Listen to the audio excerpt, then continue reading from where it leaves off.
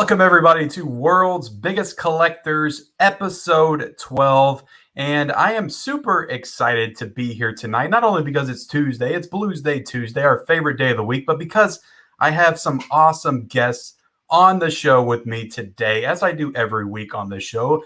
And their name is the MovieBuffPaynes, and they have perhaps maybe the world's biggest collection. And there they are right there, Beth and Drew, right? Andrew. Yeah. Andrew. Okay. So I'm already messing up and we are only 30 seconds in. So it's so good to have you all here tonight. I appreciate you all joining me on this Tuesday night, spending your time here on the world's biggest collectors. So I'm going to give you all the opportunity just to kind of introduce yourselves, your channel, your Instagram, let all the people know where they can find you and what you all are all about. The floor is yours. Hey, everybody. We're excited to be here. Thanks for having us, Ken. We're the MovieBuffPaynes. We're husband and wife. We collect way too many movies. Mm-hmm. We have our YouTube channel, which is MovieBuffPaynes. And we're both on Instagram and TikTok. I'm MovieBuffBeth. I'm MovieBuffDrew. So you can follow us over there. So, yeah, thanks for joining us. Awesome. And you can never have too much physical media. You can never have too much.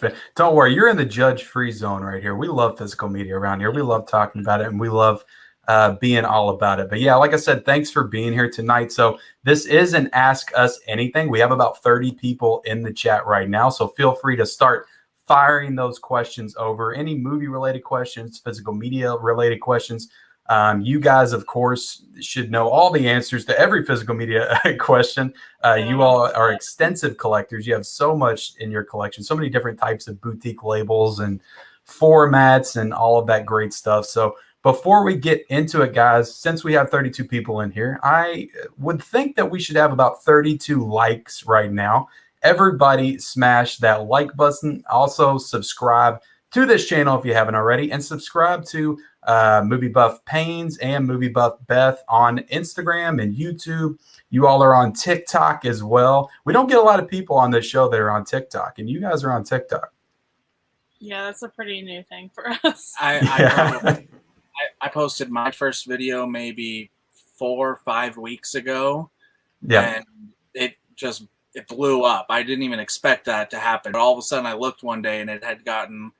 within like the first couple days, it gotten like 10,000 views, and oh damn, yeah, and people kept asking. It's like, do you have this in your collection? I'm like, can we see your collection? And so I just kind of went with it, and then she was right behind me in that too. Yeah, I felt left out, so I had to sign up too.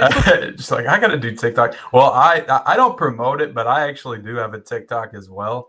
And I do like maybe one video on there every 3 months or something. I don't keep up with it. That's why I don't like do it. But I started like back in 2020. I did a couple things, and I didn't really blow up. I didn't have a lot of success, so maybe that's why I didn't keep on doing it. But yeah, I have a TikTok as well. But yeah, you all have the Instagram, the Letterboxd, the Twitter. All those links are in the description below. Hit them all and follow them all. Subscribe to them all. Definitely subscribe to your all's channel as well. So yeah, like I said, I'm super excited to have you. And Beth, I think I've been following you for at least 3 years on Instagram. It's been a very long time, because that's where I started as well, just kind of doing movie reviews and showing off my collection on Instagram. Yeah, I started doing Instagram probably 2014 or so. So yeah, it's been about 7 years doing Instagram. Yeah, I got into it about 2014. So, and I remember, I know I've been following you for quite a long time, because I've always known you as the one that, she gets everything. Like, every single week you've got all the new releases and all the stuff. But yeah, and then I think I just not recently, but like at the beginning of this year, found out that you guys had a channel together, and then subscribed to it. So yeah, definitely awesome content. You all do all kinds of great stuff, showing off your collection. And just because you all do have such a great collection, I wanted to do something new, something unique. And I'm going to get to the chat here in a second, but I wanted to show off just maybe like the first 30 seconds of your all room tour that you all did at the beginning of 2021, just to kind of show you guys just how expansive their collection is. So let me go ahead and add this. And again, I'm just going to show about 30, 45 seconds. I don't want to give it all away. So you guys go subscribe to our channel and check out the video yourself. So let me bring this up and show off the beginning of this video. that we wouldn't otherwise really use. So it worked out perfectly to put some of our boutique labels out here on display. And it's a way for us to display some of our favorite pieces in the collection. We call it the horror corner because it's mostly horror boutique labels over here. There are a few labels that are not necessarily horror, but for the most part, this section is horror. So we'll go ahead and get a little bit closer and show you what we have. I'll start with the shelf on the left over here. As you can see across the top of these cubes, we have some of our favorite box sets. Real quick. All right. So like I said, I didn't want to show the entire thing, but I just wanted to kind of give them a little bit of taste. And I really love that. I just love the way you shot it, like the music in the background, and I had a good time watching that today. So yeah, your collection is super expensive. How do you go about getting such a big collection like that? How long does that take? Not as long as you would think, actually. Yeah. We started collecting to get, well, we had a few movies together while we were dating and whatnot, but once we got married, that's when it really kicked into high gear. And we both have just always loved movies, and so we just started buying everything we could, and that was in late 2014. And ever since then. So probably around 2014. Did you collect prior to 2014, just like on a smaller scale? Yeah, I've always had DVDs. Like every year for Christmas, like I would give my parents like a list of like 30 movies that I wanted. And so yeah, I always had like VHS DVDs. Then he didn't have very many when we met. I had a handful of movies, but really I just kind of coasted off whatever my parents had in their cabinets and whatnot, really, for my viewing. But it wasn't until I got a little older that just before I met her that I bought a few Blu-rays here and there. Yeah, because that's kind of how I was. I mean, I grew up in the VHS era, so I had VHS tapes I remember growing up with, collecting those, and then DVDs. But I only maybe had like 300 to 400 DVDs at a time. I didn't really start getting into collecting, I guess, until probably 2017 when I started my Instagram and started getting on there. And you start to see everybody else and their collections, and it gets very addictive very fast. And then before you know it, you have 1,700 movies behind you. Or in your case, you said about 11,000 to 12,000 pieces of physical media. So definitely awesome stuff. But let's go ahead and get into this chat. And like I said, this is an Ask Us Anything, so you guys can ask us any movie-related questions, physical media-related questions. I mean, you guys are huge movie fans as well, so I'm sure you'll feel comfortable answering any question about movies. But we do have Basement Blues in here, great YouTuber himself. He was on the show the past 2 weeks, Tony over there, and he says hello. And Martinez Joe is here as well. Hi, everyone. Has 10,000 movies in his collection as well. Great collector, great channel. Go check him out. Sydney Eubanks is here. What's up? Travis Starling. Happy Blues Day, folks. Jared Runner. Why, hello there, everyone. Silico88 says hi, everyone. Martinez Joe says hi, Beth. And then Tony says hi, Beth and Andrew. So Martinez Joe didn't bother to say hi to Andrew. I don't know what's up with that. Ben Buster says, hello, everyone. And Harrison Ford is in here. Man, I get all the celebrities when I have my guests on. He says, love the show. Thank you for keeping physical media alive and well. Well, thank you, Mr. Harrison, for keeping it alive with your 4K releases of Indiana Jones today. Make It a Blockbuster Night says, hey, Ken and the Paynes. Welcome, man. Go check out him on his Instagram. Has a great page. Gerald Chase Wilson says, hey, y'all. I love Bethany and Andrew. I love this channel too. Well, thank you. I appreciate that. Side Hustle Cinema is here. How is it going, everybody? It's going pretty good so far. Turner Fan 77 said, hello, everyone. Martinez Joe 74 says, hi from Marie as well. Tiana Loves Movie says, hey, everyone. And everybody's just saying hi to each other. That's why I love it. I love everybody being nice and saying, hey, it's awesome. Ben Buster says, what was the first movie that started your collection? That question comes up a lot, but I'd be interested to know what movie started your all's collection off. I remember the first Blu-ray that we got. It was The Proposal with Sandra Bullock and Ryan Reynolds. Sandra Bullock and Ryan Reynolds? Yeah. I think the first one that started my Blu-ray collection would have been, I think Tropic Thunder or Cloverfield. It was one of those two. Hux Pop Culture Cafe is here. Great YouTuber as well. Says like has been smashed. Vince LaFresca says, hey, Ken, I was the first like. Well, I appreciate that, Vince, for being the first like, for sure.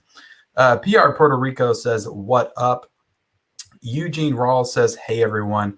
Travis Starling, what are some DVDs or VHS that you want to get the Blu-ray or 4K treatment? True Lies is the go-to answer, but I would love to get Ghost and The Darkness, Open Range, and What Lies Beneath. Do you all have any Blu-ray or 4K transfers that you just desperately need? Oh, I'd love to see What Lies Beneath too. That's one of my favorites from growing up. Yeah. I used to watch that when I was far too young. Yeah, that's an underrated Robert Zemeckis film. I would have thought that already has a Blu-ray. That doesn't have a Blu-ray yet? I did not know that. Craig Thompson. Yeah, Craig Thompson says, I ordered Snyder Cut 4K UK edition. Should I get it soon since there is no US release in works? Seems like everyone's ordering the UK for UK or from other European countries or overall, because that seems to be it's. I've seen that there's probably like 6 or 8 different European releases of the movie, and then there are a few Asian releases as well. It's just being released everywhere except here. So, I mean, because of HBO Max. Yeah. So unless Warner Brothers announces something real quick, I mean, everyone's just gonna have to import it, and they're gonna just lose out on at least the money here because they probably do better business here. Yeah, I mean, I don't know I guess they feel like that's their big selling point on HBO Max. Like that's why people are signing up, so they can't put it out on physical media. They got to hold back, but they're releasing their movies. They're releasing like Tom and Jerry and little things. I guess because those are theatrical releases and Snyder Cut wasn't theatrical, that was just for HBO Max. Yeah, I don't know. I mean, it's the same thing with Disney Plus and the Marvel shows and Mandalorian.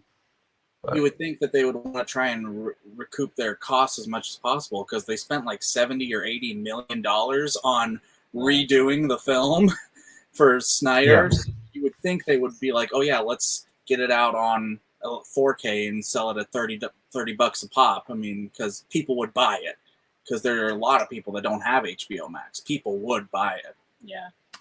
Yeah, I agree. They definitely would, but I guess they're going to be making all the money overseas for that Snyder Cut. What did you all think of the Snyder Cut? Did you all like it? Did you all enjoy it? You first. I didn't really like it, no. No, don't be afraid to say that around here. I don't. I really don't care. I'm indifferent about it. So. Yeah, I thought it was a little self-indulgent of Zack Snyder. I don't know. It was just too long for me. I didn't care for it. I feel like I did like it, but I feel like I need to give it a second watch. I don't know if I really fully absorbed it the first time around. So I want to give it one more watch just to really solidify my opinion. But I feel like I did like it. Yeah, I definitely liked it better than what came out in 2017. Yeah. But that wasn't exactly a high bar to hit. But it's funny because when I watched it in 2017, I came out thinking, okay, that was all right. Like it felt in line with all the other stuff that DC was doing at the time. They were just kind of failing on every front with most of their movies. So I was like, all right, that was fun. But yeah, this was actually a decent movie. They made a competent movie with this one. I like the improvements that they made, but it was way too long. It did not need to be that long at all. But the Crazy Sims Brothers says, hi. Cindy Eubank says, Movie Buff Beth, question. Give your thoughts on 3 classic movies, All the President's Men, At Close Range, and The Falcon and the Snowman. Do you know The Falcon and the Snowman? No, I've never seen The Falcon and the Snowman. All the President's Men, that's a really good one. Really good, thriller. At Close Range, I actually just watched for the first time a couple weeks ago. I really like that one. Yeah, I think I saw that. Was that on your first time watches for April? Yeah. Okay, yeah, because I watched that video today as well. Yeah, I loved the diverse selections that you had and all of that. Just all of your watches, like you could tell, like you all go deep with your film knowledge. So I definitely appreciate that. Yeah, I watch pretty much anything. But yeah, Falcon and the Snowman, we don't know what the hell you're talking about there. PR Puerto Rico says, I pick up spare parts in the mortuary collection and go shell. Yeah, spare parts. Do you collect the RLJE titles that come out week to week? Yeah, we always get those. Definitely. I like them because they're so cheap. And they're starting to put like reversible cover art in there, so that I appreciate. I think Psycho Goreman had that, and Host had that as well. But yeah, I don't know about spare parts. I haven't really heard anything about it. The mortuary collection I do have. I just haven't watched it yet. Yeah, we like the mortuary collection. Was that pretty good? I was thinking about watching that this week. Yeah. Is it like an anthology film? Yeah, it's an anthology. Yeah. Cool. Awesome. All right, let's see. I'm off track here. Stranger Boy is in here. I think I missed some questions. Crazy Sims Brother says, who is your favorite Spider-Man? I can only assume he means like who is your favorite actor that played Spider-Man? Do you have an answer? In Spider-Verse.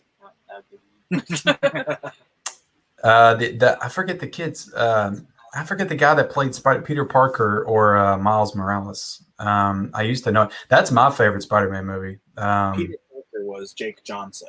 Oh yeah, Peter Parker was Jake Johnson. Well, he was also, wasn't he also Chris Pine? Also, wasn't Chris Pine one of them? Or am I making that up in my head? I thought the one that died was somebody different than the one that was in the alternate universe. I think there were two different people. I think you're right on that. Yeah. Yeah, and I think it was Chris Pine. But I agree. I love Spider-Man. I think it's the best Spider-Man movie, and it's my favorite animated movie too. But I'd have to go Tobey Maguire. As far as live action. Tobey definitely. Tom Holland's a pretty close second, though. Yeah, I've enjoyed the films he's done. Yeah, I like Tom Holland a lot. I just don't think they've given him his Spider-Man movie yet.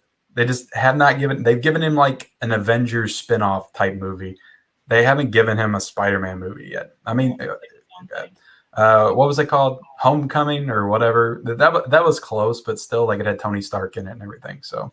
Yeah. Let's see. Jason Carr says, "Hi Ken, hello MovieBuffPaynes. Sorry I'm late. I had to cut the grass." Yeah, I mean you have to cut the grass, man. I mean I cut my grass yesterday. It's been raining for like 5 weeks down here, so I had to get it done. 4K Media Guy said, "What's up, guys? What is up, 4K Media Guy? Go check out his channel as well. It does a lot of great Blu-ray hunts." City Eubank says, "Choose your favorite Robin Williams movie out of these three: 1 Hour Photo, Good Will Hunting, or Insomnia." I just watched 1 Hour Photo for the first time a couple of weeks ago. I enjoyed it, but I don't know. I thought it would be a little darker than what it ended up being. Oh, really? I like 1 Hour Photo because he's different in that movie. He was very different in that movie. But I would have to say Good Will Hunting. Yeah, I was going to say my pick is Good Will Hunting myself. Yeah, that's his best performance, hands down. Culture Trini says, "What is up, good people? What is up, Culture Trini? How are you doing tonight?" My Killer Podcast is here. Says, "Hey everyone, Tiana loves movies. Hitting us with a super chat already. Thank you so much, Tiana." She says, "What's your favorite Johnny Depp movie?" My choices would be between Ed Wood and Edward Scissorhands. Honestly, I think those have been two of his best performances I've seen. I love watching him in like Pirates of the Caribbean and whatnot. He's super fun. But as for his actual like best performances, I think it's between Ed Wood or Edward Scissorhands. I like good picks. Oh, that was a good one too. Yeah, we just watched that one. Which one did you say? Benny and June. Benny and June. I don't think I've ever seen that one. I'm trying to pick something different other than a standard choice, but I guess I'll go with Edward Scissorhands. I'm not the biggest fan of that movie. I'm trying to think. I'll go Nightmare on Elm Street. How about that? I'll go Nightmare on Elm Street. Yeah, when he gets sucked in the bed and just blood splurts everywhere, it's the best scene. He performs it great too, like a champ. John Pierre Roy says, "What's your favorite piece from your collection?" Do you think you could pick out a favorite piece from your collection, or are they all like your children? Is it like picking your favorite children? It is kind of like that. I mean, mine's probably the Friday the 13th collection. I'd probably say my Suspiria Steelbook from Snaps. Did that come out with a steelbook? Because I got the 4K of it, but did it come out with like a companion steelbook as well? Yeah, the Or was it Steelbook like came out specially? with 4K. Did it really? Was that the Blu-ray steelbook of it? Yeah. I'd Cool. probably say for mine, it has to be the Blue Fans edition of Moulin Rouge I have that she gave me for Christmas. It's Awesome. a beautiful piece. I have a separate copy of the movie on Blu-ray as well that I use that one for watching because I doubt I'm ever going to unwrap that one she got me. Yeah. I always forget about it because it's like sitting way up there. I might go get it real quick.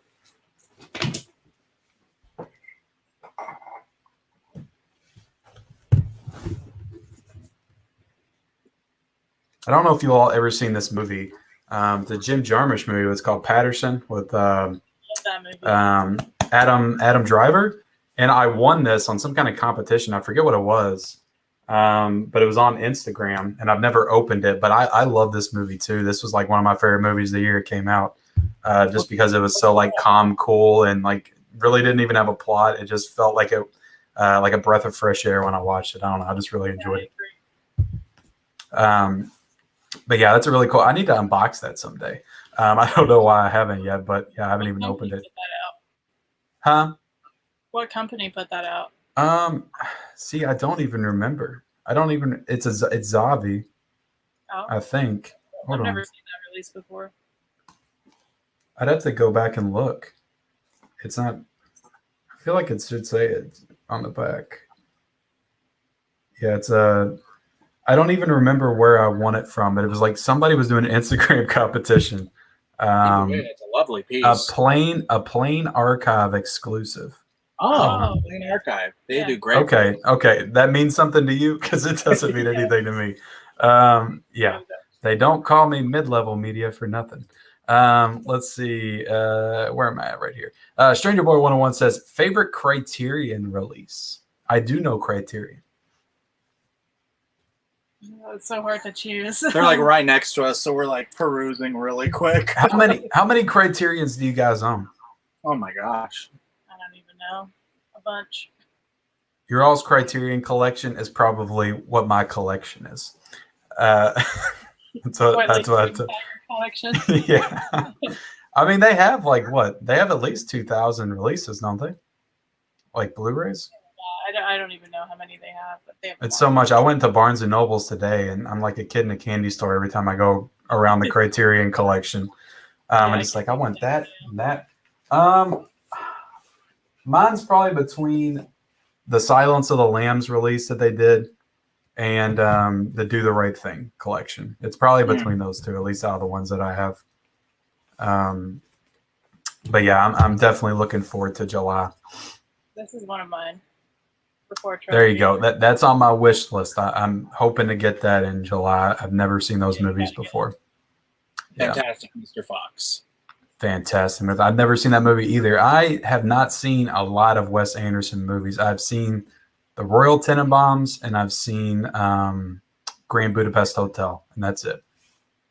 Yeah, that's actually how our Criterion collection got started. We bought like all of the Wes Anderson films first, and then we got into other stuff with them. Do you all enjoy him as a director? Is he one of your favorites?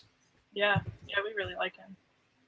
Or do you feel like I haven't checked out a lot of his films, but a lot of the criticisms you get is that a lot of his films start to just feel the same, like the same movie over and over again, which the two movies I watched felt drastically different. Like The Royal Tenenbaums feels like one thing and Grand Budapest feels like one thing. We're very different. Yeah. I don't know. I just like his style. I suppose if you watch his films back to back, like in a marathon, I could understand where people are coming from on that. But if you're just watching one kind of every so often mixed in with your normal movie viewing, I feel like it's definitely different. Yeah, I really want to watch Bottle Rocket and Rushmore because I've never seen Rushmore. I feel like that was his first big mainstream movie. 4KD Ray is in the house, the commissioner of the Movie Collection Battle League, and he says everyone on the panel and in the chat hand wave. hand wave. When are you guys? Can I ask y'all? When are you all guys going to make your debut in the movie collection battle arena? Is it coming soon? Is it in the works? Yeah, What'd you say? hopefully. Yeah. I knew You all could battle against each other. the same collection. Yep. Ben Busters in the chat says Justice League Snyder Cut, I have a feeling will be out for Christmas. Well, that could be. That'd be a great time to put it out. Get all that holiday cash in. Yeah, that sounds like a good time to put that out. Travis Starling says, Sup 4K D-Ray. The Adventure Outpost says, is there a favorite out of the collection? Not so much the films themselves, but for any kind of cover art or special edition. Yeah. Do you all have a favorite? Just one that I guess it goes back to like your favorite piece. But let's say, is there a favorite just standalone release, not like a special edition or anything? I guess I could say the Midsummer 4K release from A24. That's a good pick. That's a beautiful set. That is a beautiful set. Are you a big Midsummer fan? Yeah, I love that movie. I don't know how he feels about it, but I love it. I liked it after I liked it after the second watch. The first watch, I was we were just in the theater, and I was kind of just like, what did I just watch? But see, I was the opposite. I liked it in the theater, and then when I watched it again at home, I hated it. I don't know what it was. Really? I just hated the second watch. It to me, it felt so clear that it was like, I don't know, like he didn't have anything new to say. Like it felt like Hereditary. Like all the beats felt very similar. And then I watched The Wicker Man, and I was like, you clearly just ripped off The Wicker Man and yourself all in the same movie. And yeah. I don't know. It's I love Hereditary. Like that's one of my favorite horror movies of like the past 20 years. But I don't know about Ari Aster. We'll see what he does with the third film. We'll see what he does. But I know a lot of people love Midsummer, and that is a beautiful box set too. Yeah. Gerald Chase Wilson donated $10. Did not even have a question, so I definitely appreciate that. Thank you, Gerald. Jared Runner says, "Hey there, 4KD Ray. Sure Shot said roughly how many movies each collector has." So yeah, we went over this, but what do you all have in your collection? Would you say a rough estimate? Yeah, according to Blu-ray.com, we have over 10,000 Blu-rays. I don't know if I count them the exact same way because we probably do have some duplicates. And then we have, I think, like 12 or 1,300 DVDs and then 700 4Ks around there. There you go. So yeah, I would say you got roughly 12,500, somewhere around there. Give or take 100, probably. Yeah. There you go. And I'm sitting at, I don't even know. I need to tally them up one day. I would say it's like 1,700 or something, probably somewhere around there. Let's see. Cal says, "Hey Ken, how you been, buddy? I've been doing good. How are you been, Cal?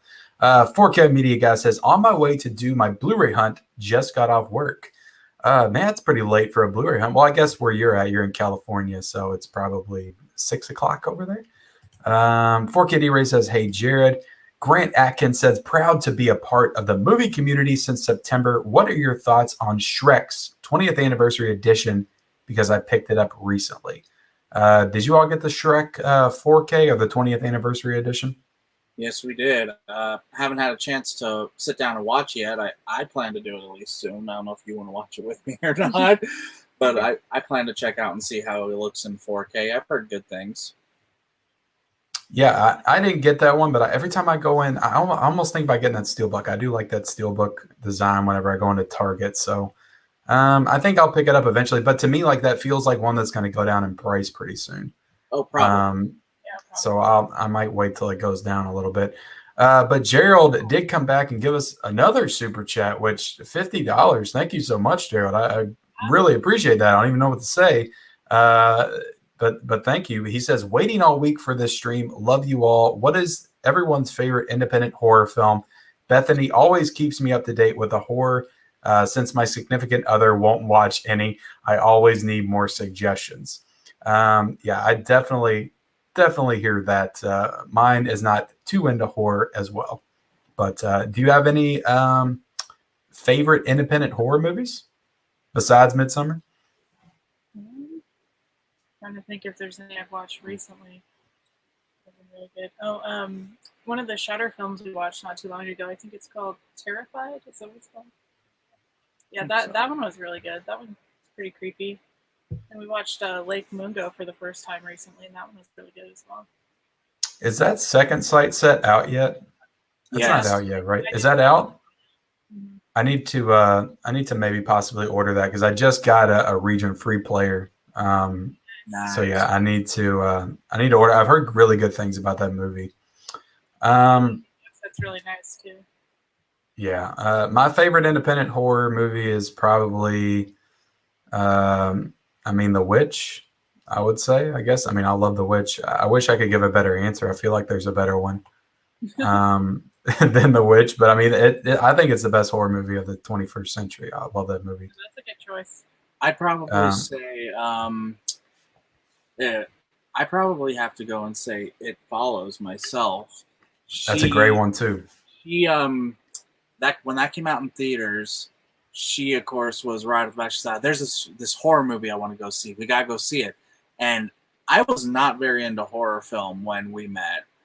She has converted me over a bit, but so this was early on in our relationship, and I was still very much like, I'm not really. I don't want to go see a scary movie, and of course she still dragged me to the theater for that one, and that one was creepy. Yeah, It was so creepy, but I came out of that going, I was like, that scared me, but I liked it. It's a great movie. I would credit that and The Babadook for really kind of changing the game in horror in the 2010s, and really starting that independent kind of art house horror style that would carry into like the 2020s. Yeah, It Follows in The Babadook, which I like The Babadook. I'm not as high on it as a lot of people are, but I definitely love It Follows, and that score in that movie is freaking fantastic. I love the score. I still listen to it every now and then. But let's see. Travis Starling says favorite film of the 2010s. That's a great decade. That is a great decade for film. Yeah, we might need a moment here. I'll go ahead and say mine's Whiplash. I love Whiplash. It's probably the movie that got me back into movies in a big way. Back when it came out in 2014. That came out the same year as It Follows, Babadook. That was a pretty big year. That was probably the best year of the entire 2010s, I would say. Yeah, we actually saw Whiplash at Sundance, and that was awesome. Oh, awesome. Y'all got to go to Sundance? Y'all got to go to Sundance? Yeah, we used to live in Utah, so we went like every year. Awesome. Did you all see Nightcrawler there too? No. No, we Was didn't that get to see that one at Sundance. Yeah, you got Nightcrawler, Enemy, like so many good movies came out that year. I'd say Arrival is probably my favorite of the 2010s. I love Arrival. That's such a good movie. Yeah, that's probably my second favorite Denis Villeneuve movie. It's probably after Enemy. I love Enemy. It's my number one. I need to watch Enemy again. It's been a while. I would go. It's a weird movie, and I didn't love it the first time I watched it, but when I watched it like the second time, the third time, it's like you start to notice things that you didn't notice the first time, and it's a very layered movie. Yeah, I enjoyed that one a lot. PR Puerto Rico. Oh, I'm sorry. Yeah, Shape of Water. Guillermo del Toro, Best Picture win. That's a hot choice right there. That's a hot take. I know a lot of people don't like Shape of Water. I like it. I think it's okay. It's got great cinematography. Mm-hmm. PR Puerto Rico says the spare parts is not good, but it's okay, and I do love the cover of the DVD. Yeah, it's a cool cover. Cal Aldeli says favorite Spider-Man is Tobey. First one, I was surprised how good the last live-action movie. I think people hate it on Amazing Spider-Man 2 a little hard. What's your all's thoughts on Amazing Spider-Man 2? I think it's all right. It was entertaining, and they obviously were trying to set it up for more movies the way they were planned it out.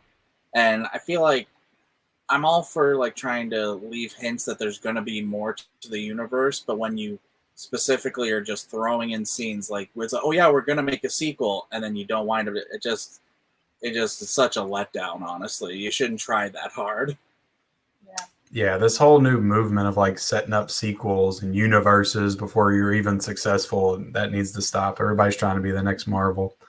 I liked Amazing Spider-Man 2. I liked it better than the first one that they did with Andrew Garfield.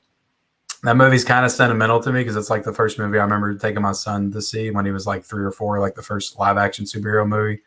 But it just so happens to be a movie that everybody hates on. But yeah, I liked the movie. I was entertained by it.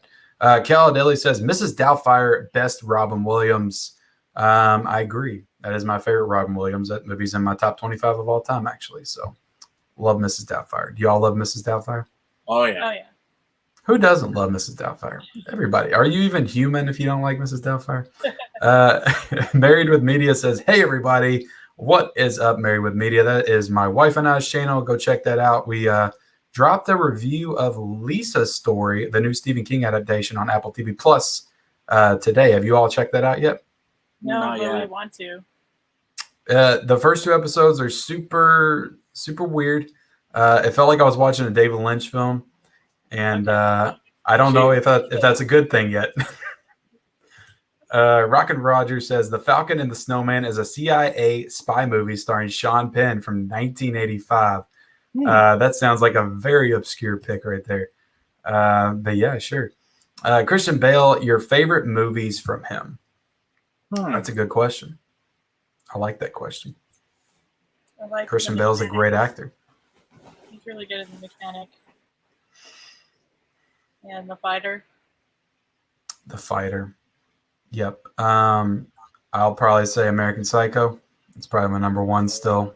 I love him in that. I watched it last year, and that movie, I didn't remember how hilarious that movie was. Like, it's funny. Like, I'm laughing out loud like the entire. I don't know what that says about me as a person, but it was a hilarious movie. And I'll say one of his more recent movies, Ford v Ferrari. I really enjoyed him in that too. Oh yeah. That's a good one. Yeah, but does a lot of great films. I love him in what the hell was the one movie he did with Ryan Gosling, Steve Carell? I forget the name of the Big Short. Is that the right? Is that it? Yeah, The Big Short. Dick Tracy or Darkman? Which movie did you like better? Side note: the soundtracks sound related. It's been a long time since I've seen both. Off the top of my head, I'll go Darkman. That just feels less ridiculous to me when I'm thinking about it. Yeah, and it's Sam Raimi film, so I'll say Darkman. Making a Blockbuster Night says Benny and June is definitely underrated movie. I'll have to check that one out. I'll have to put that on the list. Sweeney Todd is pretty decent. Johnny Depp film.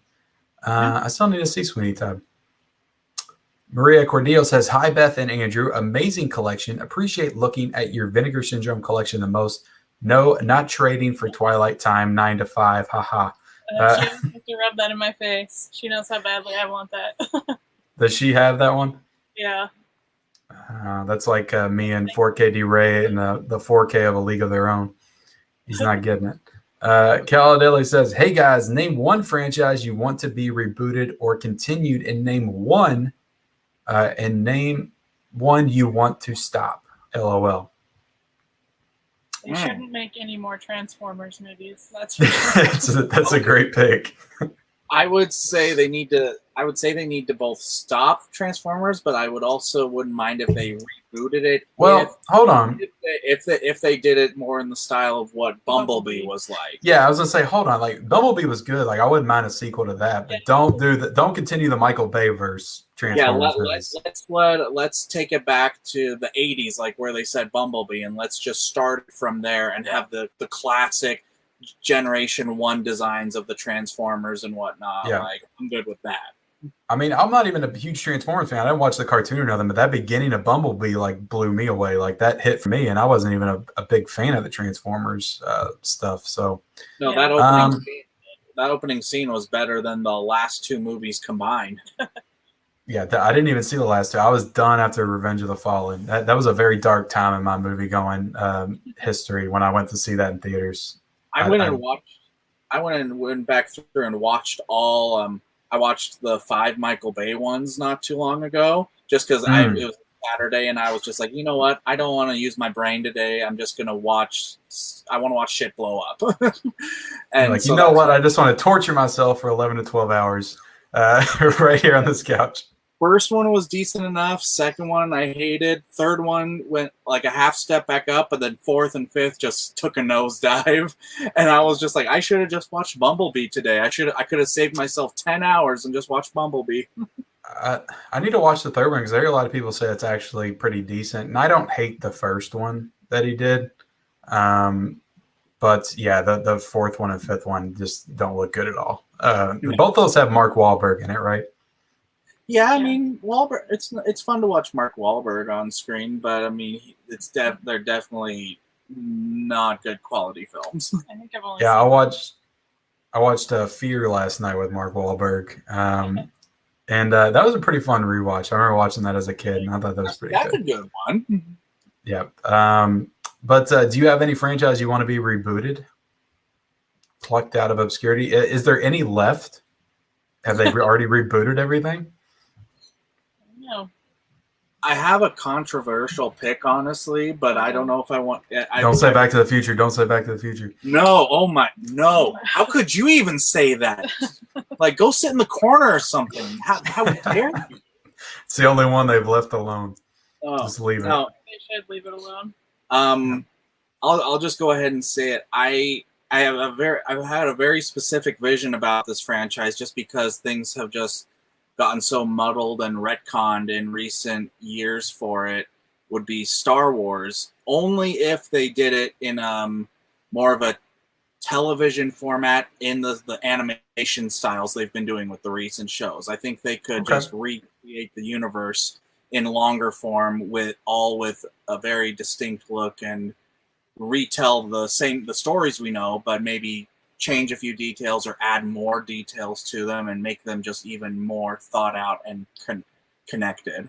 Because I feel like right now it's been a jumble in the recent years. Yeah, and Star Wars like streamlined. They've already screwed it up so much. Like you can't do much more to screw it up. You just do something, try to do something new with it and pull it out of the dumps. I agree with that. Let's see. Travis Starling says, love that Patterson set. Great film. Adam Driver is one of the best contemporary actors working. He's a very good actor. How did you all feel about Marriage Story? Did you all like Marriage Story a lot? Oh, yeah. We liked that one. I loved it. Did you like that one? I didn't like that one as much. I don't know what it was. That was one where everybody was over the moon about, and I didn't really connect with either Scarlett Johansson or Adam Driver in that movie. But I was just interested on your all's thoughts because you all are married and you know the married life and how that can be sometimes. It felt like everybody like that. That was, I don't know. It was a very strange movie. The couples don't act like that in real life. I don't know. It was very strange how they acted in that movie. A better movie by Noah Baumbach that deals with marriage would be The Squid and the Whale. I need to see that. I've seen the Merowitz stories, the one with Sandler and Stiller that was on Netflix. And then I saw, there's another one, While We're Young or something. Is that a Baumbach film? Yeah, we love that movie. Yeah, that was a good movie. John Pierre Roy says, thanks for your great answers. And you said my name perfectly. Well, that's awesome because I rarely do that. Caladilli says, what up, Ben Buster? I like Roma. Do you all like Roma? I like Roma a lot. Yeah, that was a good film. That was a great film. Roma was a strange experience for me because I watched the whole thing and I was entertained by it. I really enjoyed it, but I didn't realize how how emotionally it was affecting me while I was watching it. Because like when I got to the end of that beach scene, I just started crying like a 5-year-old kid, and I didn't know what was going on with me. That just skinned his knee, and yeah, that movie just I don't know how it did that to me, but it did it. Eugene Rawls says, you pick up Smokey and the Bandit on 4K. I did. Did you all pick that up? Yes, we did. Yeah, I've never seen it. Have y'all got a chance to watch it yet? Not yet. Yep, me either. And I have also never seen it. Rob Forsey says, what up, everyone? What is up, Rob? How you doing tonight? Media Madness says, do you guys ever buy and sell on eBay to pay for the titles you want to keep? Some collectors follow this model. That's a good question. Do you all do stuff like that? No, not really. We don't sell anything, honestly. The only time we have extra titles is when if we upgrade, like say a Blu-ray comes out on 4K, or if a DVD comes out on Blu-ray, then we'll pull out the old version we have and kind of stick it in a pile for either to maybe take to trade in somewhere, or maybe doing a giveaway on one of the platforms we're on. Lately, I just give them to my parents, though. That's true. Yeah, it almost just seems more worth it to just give them to people to like just spread the physical media love than to take them into a thrift store and give like 30 movies and get 5 pennies back. It just feels more worth it, like you're giving to somebody. So, yeah, I don't really. I've tried to do that in the past. Like I've found some good stuff at Goodwill that I've been able to sell on eBay, but it's so time consuming, and I just don't have the energy to put all my time in it. So. But yeah, I respect people that do it. Rob Forzy says, my first Criterion pickup was 12 Angry Men. That's a nice set. And I still need to check that movie out. I have not seen that. I saw that you just saw Network for the first time too. And I just watched Network a couple of months ago. I enjoyed it, but I don't know. It didn't live up to the hype for me entirely. Entirely. Yeah, I loved it. I thought it was really, really good. Yeah, that was a good film. Now, the other Lumet film I watched was Dog Day Afternoon. I absolutely love that movie with Al Pacino. That's great. That's on HBO Max, too, I think. I think it's on HBO Max right now. It's actually saying TV stand. We'll watch it soon. Yeah, watch that one. That's great. The more and more I watch of Pacino, the more I realize why he's so revered as an actor. Because I watched Scarface for the first time a couple months ago, and I love that one, too. Yeah, Let's see. Kyle Beamer says, so I pre-ordered the standard version of Indiana Jones 4K collection for Best Buy, and it got delayed. Anyone, how long the delay will be? I'm hearing for like 2 weeks is what they're saying right now. So yeah, a lot of people's standard 4Ks have gotten delayed. Did you all order that one? We did, and I was just going to see if I could pick it up at the store after work today. And I checked all the different store sites this morning to see what would be in stock and whatnot, and Best Buy had the Steelbook listed, of course, but they didn't have the standard. And then I looked at like Walmart, Target, even looked at the local record store website here and whatnot, and just no one had it. And eventually I was just like, okay, I guess something happened. I didn't know for sure what. And then when I came home, she was the one that kind of deduced that there was obviously some sort of delay, and then yeah, sure enough, there's who knows what happened with Paramount. But you would think they would have been prepared for such mainstream movies, but yeah, I guess they weren't prepared that people are still into physical media the way that they are. So, which is a good thing. But yeah, it sounds like you had the same struggles I did. I was looking for the 4K because I didn't want the Steelbooks.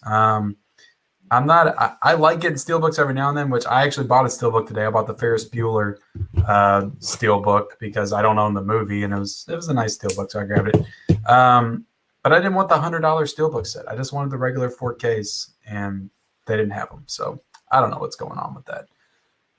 Let's see. Cal Daly says, I think they spent so much for Snyder Cut to promo their service that it won't come out on physical media for a while. Yeah, you might be right. You might be right.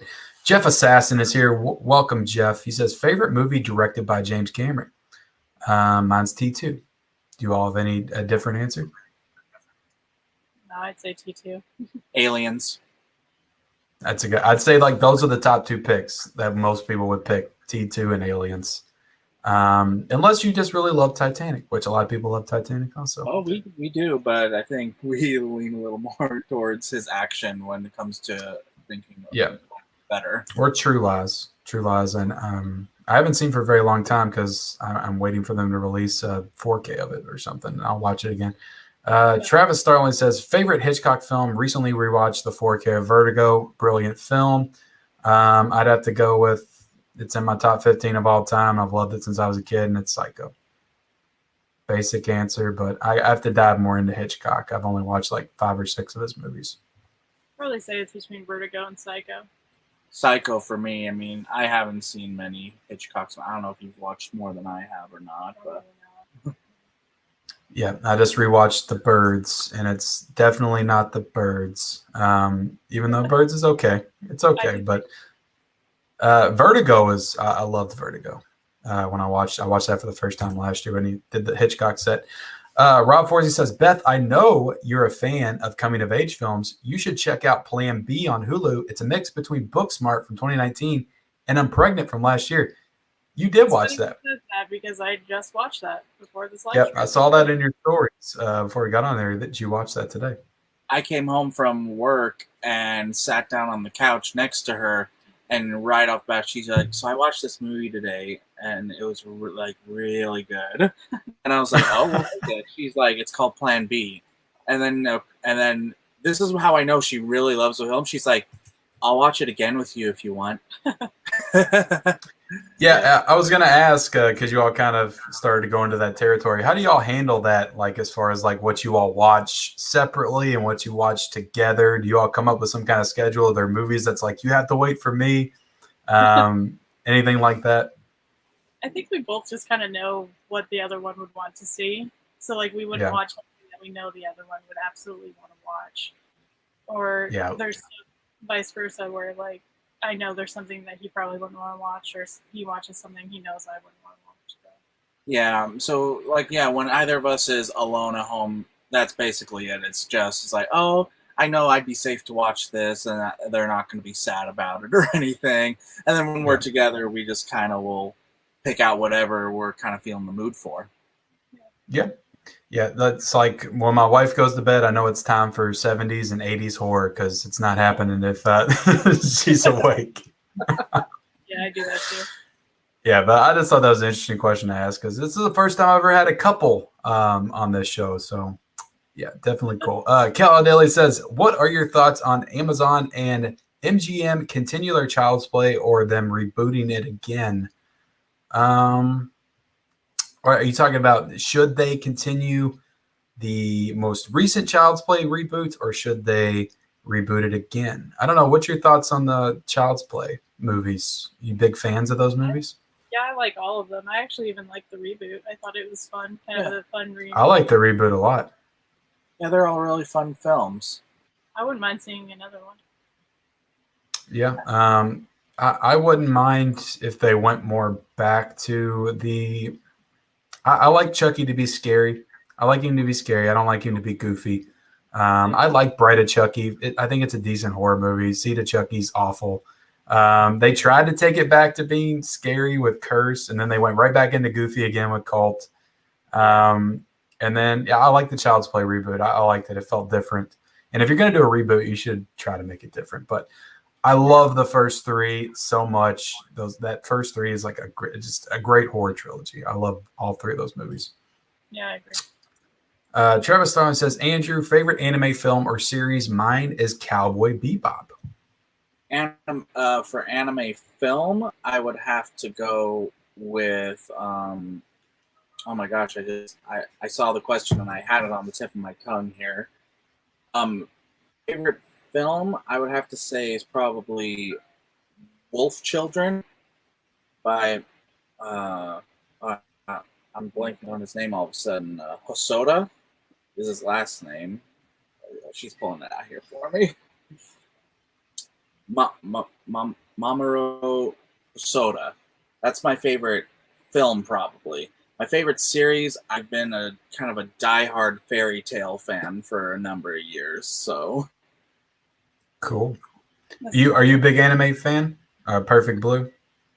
Yeah, that's my favorite. She's not as big into it as I am, but every so often I find stuff that I know she'll like. And that one, she actually, what was it? You saw like a list on Letterboxd, and it was like, if you like Black Swan, you'll like Perfect Blue. Mm-hmm.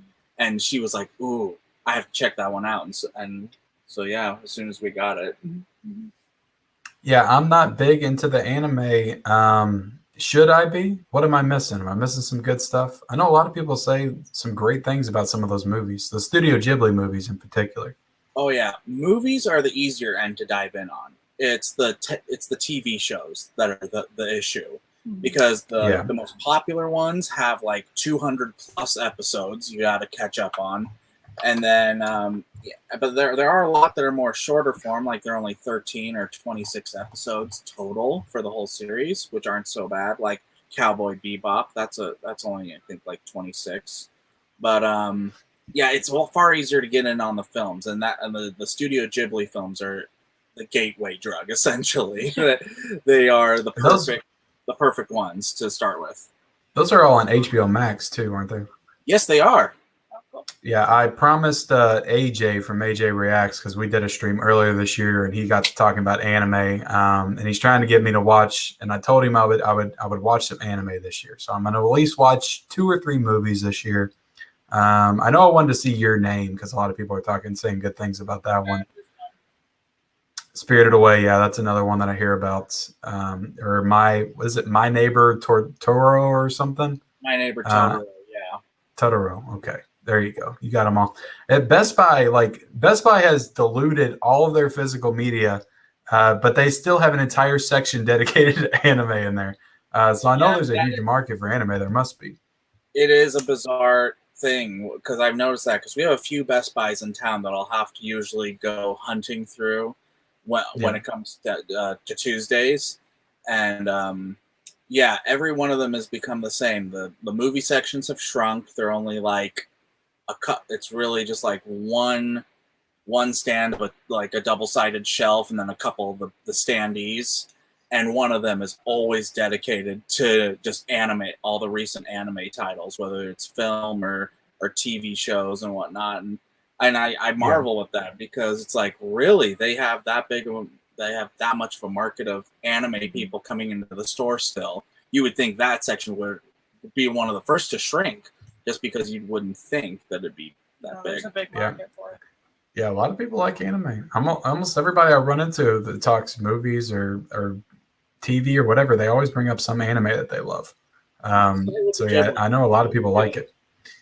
Cal Daly says, hard to notice what's independent in horror genre anymore, which makes it hard to say what's a favorite. Some are done so good now that you don't even notice it was independent.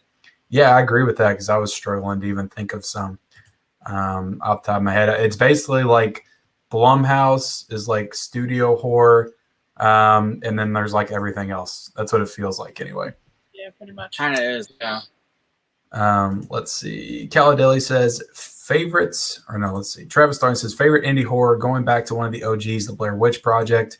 Yeah, it's a great choice. Caladelli says favorite 2 horror movies of last 5 years. Gotta put Mother, Doctor Sleep, and Get Out. Would you count Mother as a horror movie? Yeah, it has horror elements, I think. Yeah, maybe not entirely horror, but there are elements to it for sure. Yeah, I definitely agree with Doctor Sleep and Get Out. Those are probably 2 of my favorites as well. Love them both. Travis Starnes says, yes, Whiplash might be mine as well. Incredible film. The Revenant is another favorite from the decade. Arrival is phenomenal as well. Great score in Arrival, too. Chris Morrow says, Kyle, my Best Buys were out of indie 4Ks other than Steelbook pre-orders. I was told they had lots of people looking for them and leaving disappointed. Yeah, I left disappointed. I was one of those people. Hux Pop Culture Cafe says, has anyone seen Ready or Not, the horror movie from a couple years ago? Just saw it last night. Both funny and scary. Highly recommend. I'm assuming that you all saw that one. Yeah. That's a fun film. I liked it, and the ending is out of this world, like crazy. I was not expecting that one bit. I saw that in theaters, and I got it on Blu-ray. My wife's been, because it's one of the movies I went to the theaters without her to see. It was like on a Tuesday morning, and she's been asking me to watch it, so we might watch that again here soon. Side Hustle Cinema hit me with a $5 super chat. Definitely appreciate that, man. Says, besides Ken, who are some of your favorite YouTubers? Movie Chatter. Stephanie over there at Movie Chatter. She's one of my good friends from Instagram and YouTube. Yeah, she has a great channel. And Ryan 1988. Justin, he's really cool too. I'm trying to think of others. Amateur Filmies. Film blogger Sam. Cinefessions, yeah. I love Cinefessions. I need to try to get him on this show at some point. Him and Movie Chatter too. I watch his stuff all the time. Yeah, I've kind of grown out of. I mostly just watch a lot of the people that I communicate with on Instagram and YouTube, like in the community now on YouTube. I don't watch a lot of the big YouTubers anymore. I used to like 5 years ago. But now I'll say everybody I've had on this show is my favorite YouTuber. That's what I'll say. Cal Dilly says, favorite Rob Zombie movie. Mine is, or no, favorite Rob Zemeckis movie. Thank you for that change. I don't know if I wanted to pick out my favorite Rob Zombie. Mine is Death Becomes Her. That's a great one. I can't even think of all of his movies right now. I can't go against Back to the Future. Like, that's in my top 3, so I would have to say Back to the Future. But if I'm going for the backup choice, I'll say Castaway. I love Castaway. It's my favorite Tom Hanks movies. But he did. It's funny that you say that you can't think of all the Robert Zemeckis movies, because I think he's terribly underrated as a director. I think he's like, the movies he's made, he's like Spielberg level almost. But not a lot of people even think about him when they're talking about greatest directors, because he did Back to the Future, Death Becomes Her, What Lies Beneath. He did Castaway, Forrest Gump. So many movies. Romancing the Stone. Who Framed Roger Rabbit, which is another one of my favorites. Yeah, so many great movies from Zemeckis. Yeah, you definitely people don't think about him because he's got a very wide filmography in terms of what he's covered. But yeah, he's not quite the name like Spielberg for some reason, even though he's directed, Academy Award winning films. Yeah. It is a really interesting phenomenon for sure. And then there's this post 2000, like, I guess, animated run where he tried to do that weird animation type that was like super realistic but looked very Uncanny Valley, with like the Polar Express, and then Christmas Carol I think he did too, and then he did the Beowulf movie. So yeah, he's had a very expansive career though, for sure. Travis Stalling says, Ready or Not is fun. Thoughts on the movie Crawl? Did y'all like Crawl? That was a good film. Movie. It mixes that was like horror disaster movie. I like it. Yeah, that was a fun monster movie. Carrie Louise Henderson is here, and she says, hey, all. Well, hey, Carrie. Thank you for joining. Ash says, Team Cool Duder. Yeah, Cool Duder is cool. I guess he was one of the first Blue Tubers I watched. That's probably a lot of people. He's OG in the game. He's the original. Caladilly says, Married with Media, I think you guys would like the Netflix TV show called You. Be good for reviews also. So we've checked out You. Have you all seen that show? I love that show. Yeah, we've seen season 1 and season 2, and I think we reviewed season 2 on my channel like early last year, early 2020. So if you want to go all the way back in my channel's history, Kal-El, we have a review together on my channel where we talked about the second season of You. But yeah, I enjoyed that show. It was very brutal. It was far gorier than I thought that the second season was anyway. My Killer Podcast says You was great. Cal Daly says Bumblebee was good. Super surprised. We just need a dark Transformers Bumblebee. I thought the final fight was awesome. Make It a Blockbuster Night says my 2010s faves are Wolf of Wall Street, Mad Max Fury Road, Inside Llewellyn Davis, and Sing Street. Thank you for bringing up Sing Street. I love that movie so much. Yeah, we do too. It was my favorite movie of 2016, and 2016 was another phenomenal year. With like La La Land and Moonlight and Arrival. But I love Sing Street. I need to watch it again. Yeah, I've probably seen that movie like 4 or 5 times. It makes you feel good. I love that movie. Great soundtrack too. I don't feel like people talk about that movie a lot when they're talking about great original soundtracks, but like every song in that movie is original, and they're all great. Yeah, like every song in that movie is great. I have not seen Inside Llewellyn Davis though. Gerald Chase Wilson says, I'm currently on location decorating for a film. Favorite movie with the best production design, and with a $10 super chat as well. Thank you, Gerald, for donating again. I really appreciate it. He is on location decorating for a film. Favorite movie with the best production design, no pressure. Do y'all have an answer for that? I feel like I always go back to Darren Aronofsky's films. like Mother and Black Swan. I love that kind of production design. I like the dark, dreary, but also beautiful look to his films. Yeah, definitely. I'm trying to think honestly for You said myself. Wes Anderson. Wes Anderson's are always so precise and like perfect when you look at them. Just in terms of the coloring, the layout, everything is like spaced perfectly, is leveled perfectly, and it's a wonder to behold when you look at the shots he does in his films, just because they are so precise. Yeah. The first movie that came to my mind was Suspiria. That's a good choice. I do love that movie. Visually, it looks fantastic. And then the next one that popped in my head was Birdman. Yeah, I love, Birdman's one of my favorites as well. Huck's Pop Cultural Cafe says, what's your favorite actor's performance wearing lots of makeup? Mine is a toss-up between Tim Curry as Darkness and Legend and Jeff Goldblum in The Fly. That's a good question. The one where they're wearing like just full like prosthetics and everything. Okay. Oh. Can I say Tim Curry in the 1990 It? Can I say that one? That is lots of makeup. I'm a big fan of that one. Yeah, do y'all have anything off the top of your head? Oh my gosh. Yeah, I don't know. That's a hard question. I'm trying to think of some other ones. An actor wearing lots of, Gary Oldman wore lots of makeup in Darkest Hour. I don't know if I would say that's one of my favorites, but also Christian Bale in Vice was also another big transformation. He was wearing tons of makeup. I've got one. Angelica Houston in The Witches. Oh yeah, that's a good one. That's a really good one.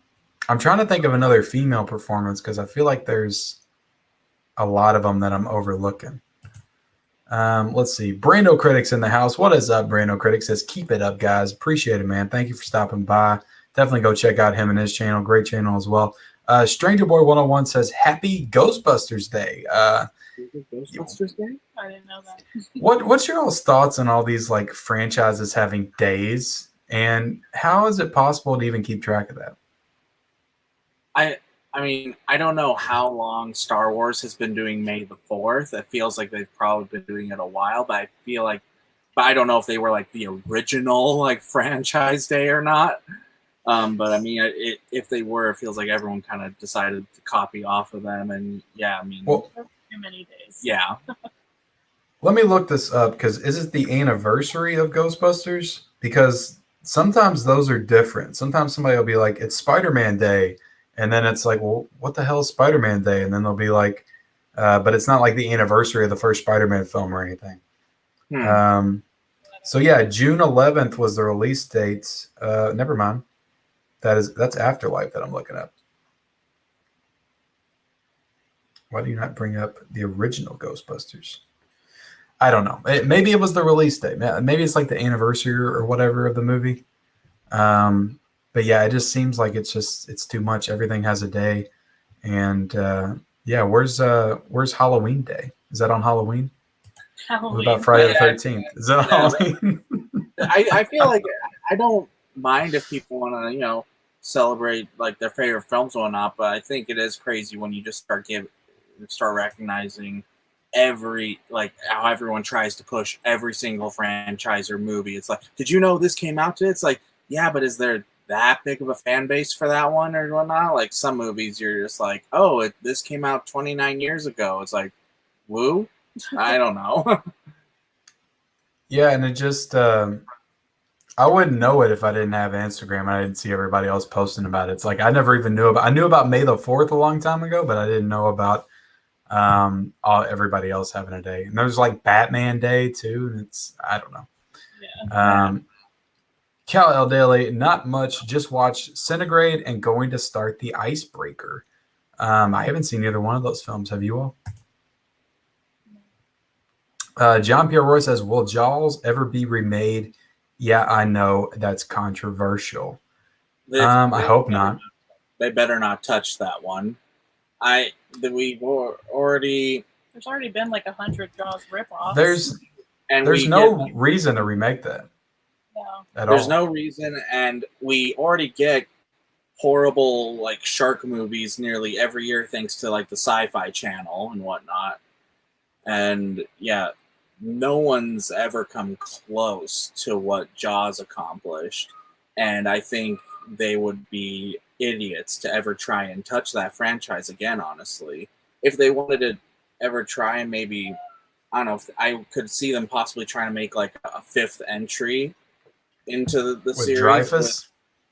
Yeah, that I would love to see Dreyfuss back, but I could see them trying to do another entry just to show off, because now they can actually do computer imaging that'll look pretty realistic. But I think that would take away from some of the fun parts of the original, because it was the point that it was scary. The ambiance was scary. The shark itself, not so scary. It looked fake. Yeah.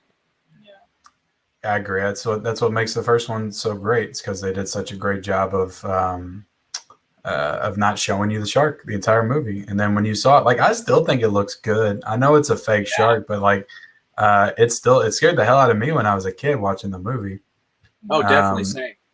And it's like, I knew it was fake, but then at the time it was like, well, I've never seen a shark up close before. Maybe that's what it looks like. So I don't know.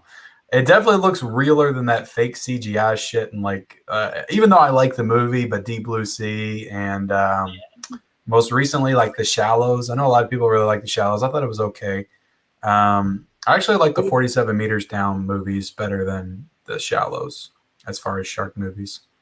But let's see. PR Puerto Rico says, what is your favorite Steelbook from your collection? Do you have a favorite Steelbook? Just one you can pick out off the top of your head?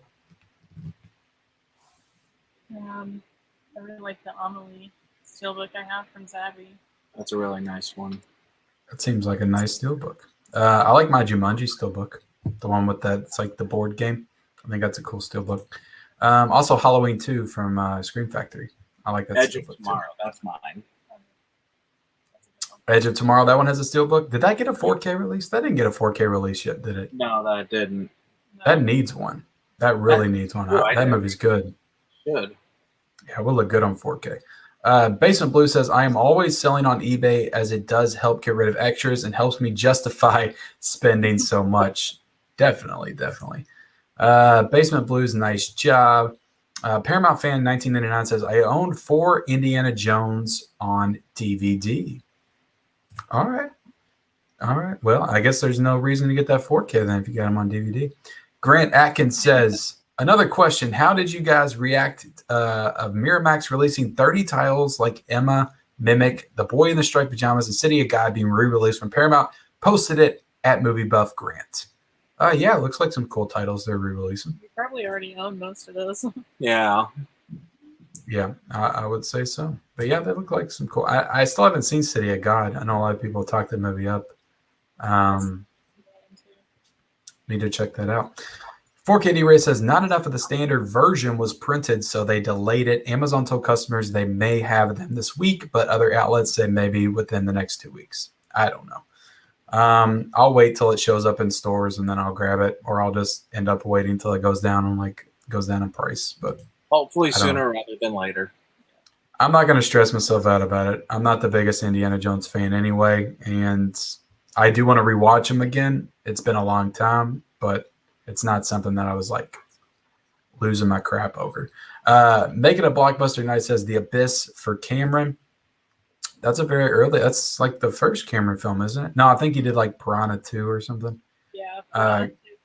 Yeah. Cal Daly says Hitchcock TV series is underrated, needs a release. Ben Buster says that's awesome. Into Mischief says thoughts on Sing Street. I think we gave our thoughts on it. It's great. I love Sing Street. Do you all love Sing Street? Yes. Yeah, we have definitely one of the best. It was a huge surprise too. Like I didn't think it was going to be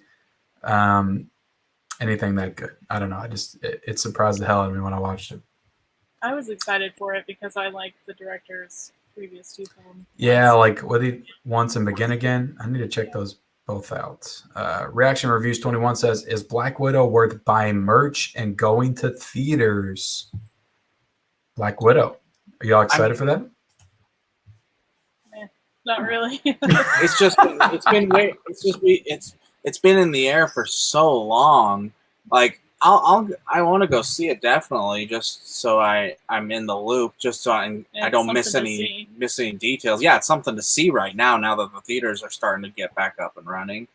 But I mean, honestly, go to the theaters to see it. It's either go pay, however much you pay to go for a ticket to the theater, or you have to pay. They're going to release it on Disney Plus at the same time under the premiere for $30. So it's like $30 to sit at home, or just go and pay for a ticket and go see it on a bigger screen and with better sound than what you have at home, probably. Yeah. Yeah, I'm going to try to go see that one in theaters. My son and I are probably going to go see it because I don't think my wife's too interested. Now, we did pay the $30 to see Cruella, because if we went to the theater to see that, it would have cost us more. But That's fair. But I don't know. I like Cruella. I don't know if you all saw it or not yet. I thought it was pretty. It was a good movie. I'm not going to say it was $30 good, but it was a good movie. And yeah, so I waited on Raya though when that one came out, because they announced the 4K of it like right when it came out on Disney Plus. I was like, I'll wait and I'll get the 4K and watch it. And I really like that one too. But does it feel weird? Like, we got excited for all these movies like a year ago, and then we had to wait a year, and it does diminish the excitement a little bit. Like, I was excited to see A Quiet Place 2, but it definitely died down, and I feel like I enjoyed it a little bit less because of it. But does it feel that way sometimes? Yeah, I agree with that. A lot of these movies, I feel like we've been seeing trailers for them for like 2 years now, so it's like, check out the 7th Black Widow trailer. It's like, how much more do I need to see? I was commenting to her though, because we just went to the theater a couple days ago, and I was commenting, and they played, of course, a Fast and Furious trailer, for the umpteenth time. But I was commenting on the fact that because that's only a couple weeks away now, and it was like, wow, it's like, can you believe that when shit hit the fan, and all of a sudden all these studios were saying, we're going to delay this for a full year, we're going to delay this for a year and a half, we're going to delay this for a year, and it just, everything was getting pushed back to mid or late 2021. And from looking at the perspective of like March 2020, it was incomprehensible, honestly. It was like, it's like, I can't believe they're delaying so much. But then, we saw how things went, and it was understandable. But now we're finally to points like we've hit the milestone. Things are starting to come out again. So there's a little excitement there, but it is still like some of these movies like Black Widow, Fast and the Furious and whatnot. They've been playing trailers constantly on TV, the internet, and movie theaters again and whatnot. It's just like, okay, we get it, it's coming out. Yeah, because now you're getting the stuff that was supposed to come out in 2020, and then you're getting the stuff that's supposed to come out in 2021, and now they're all just coming out together, and it's like overload all at once. But yeah, I definitely understand that. But yeah, the Fast and the Furious, Fast 9, that was the first one that like went ahead and said, all right, we're just going to delay a whole year. Like, screw it. And they were right. Like, they were the ones that were right, where everybody else was like, all right, we'll delay it 2 months, 3 months, 4 months. We'll just keep delaying it 8 times. The first one was the new Bond film. They were like, it's like, you know what? We were set to come out in April. We're going to delay to October. And we were like, oh, what? No. And then they're like, actually, it's going to be November. It's like, oh, well, I mean, push it back a month. Maybe things will lighten up by then. And then like a month later, they're like, yeah, we're just going to push it to November of next year. And we're like, wait, what? Yeah. And then that's when it started. Then all of a sudden, Fast and the Furious, Quiet Place, Black Widow, everything just started getting shoved to the next year. And that's when you knew it was getting serious. Halloween Kills is the only one that I was like, okay, yes, I want you to delay it another year, because you're not going to release Halloween Kills in like summer or May or whatever. Even though I think they used to release Halloween films in August. I think like both the Rob Zombie ones came out in August because they wanted to time, I guess, the DVD release for October or something. Fair enough. But I don't like that. I like seeing the Halloween movies in theaters in October. That is one of the few I think we're definitely excited for, even with the time that. Oh yeah, I'm definitely excited for that one. Let's see. PR Puerto Rico says I got like 4 boxes of movies because I don't have space for my collection. Movie about Beth. Your thoughts on the movie Blue is the Warmest Color? Yeah, I like that one. It's been years since I've seen it, but I remember really enjoying it. Is that the trilogy, the Criterion trilogy that has like blue, red, and white that I see? Yeah, that's the 3 Colors trilogy. Okay, so that's different. Maybe I need to check out Blue is the Warmest Color. Reaction Reviews 21 said, are any of you picking up Godzilla vs. Kong Steelbook or Blu-ray? Oh, You guys picking that up? Just the standard 4K for us, probably. We don't really buy Steelbooks that often.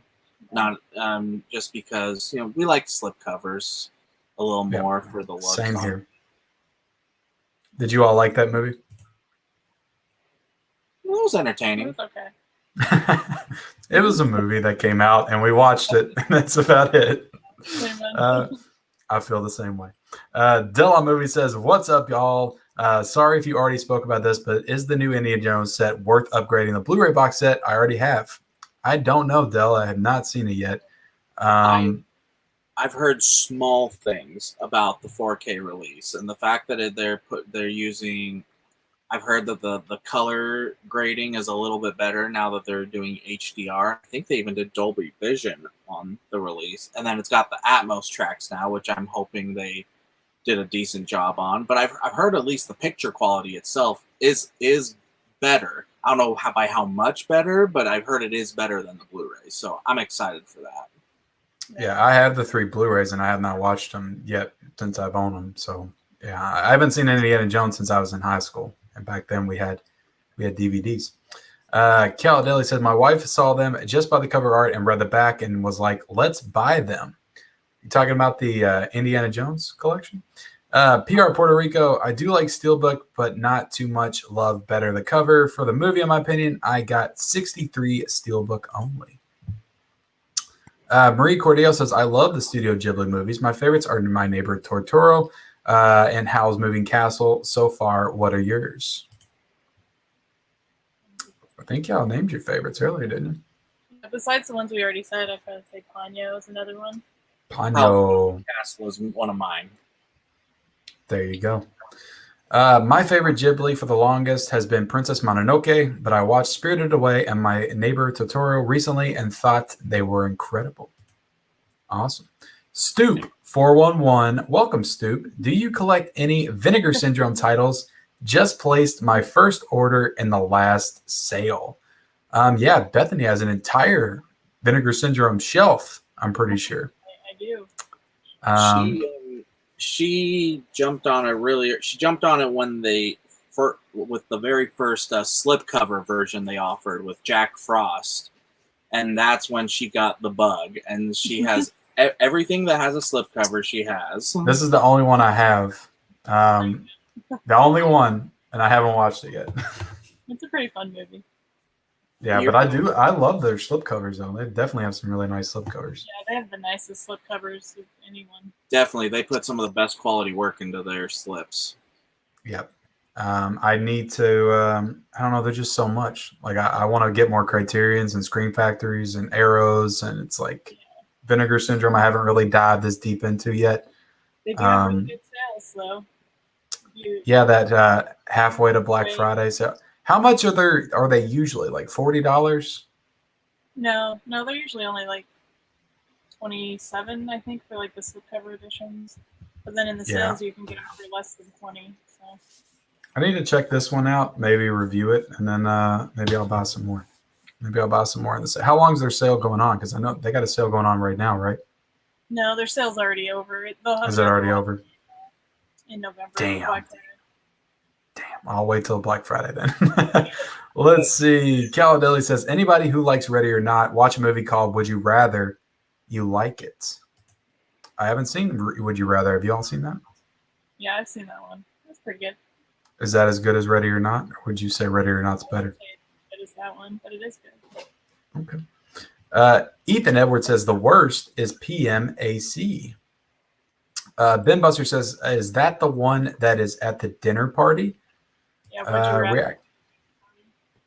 Okay. Did you all see The Invitation?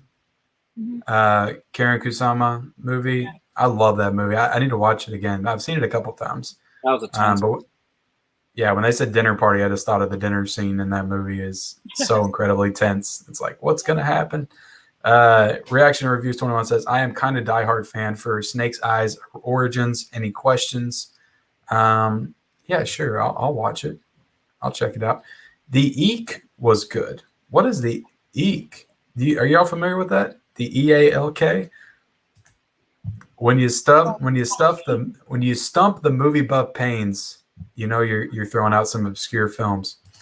Or no, he said The Walk. The Walk was okay. There you go. That was a good one. Yeah, that's a Zemeckis movie too.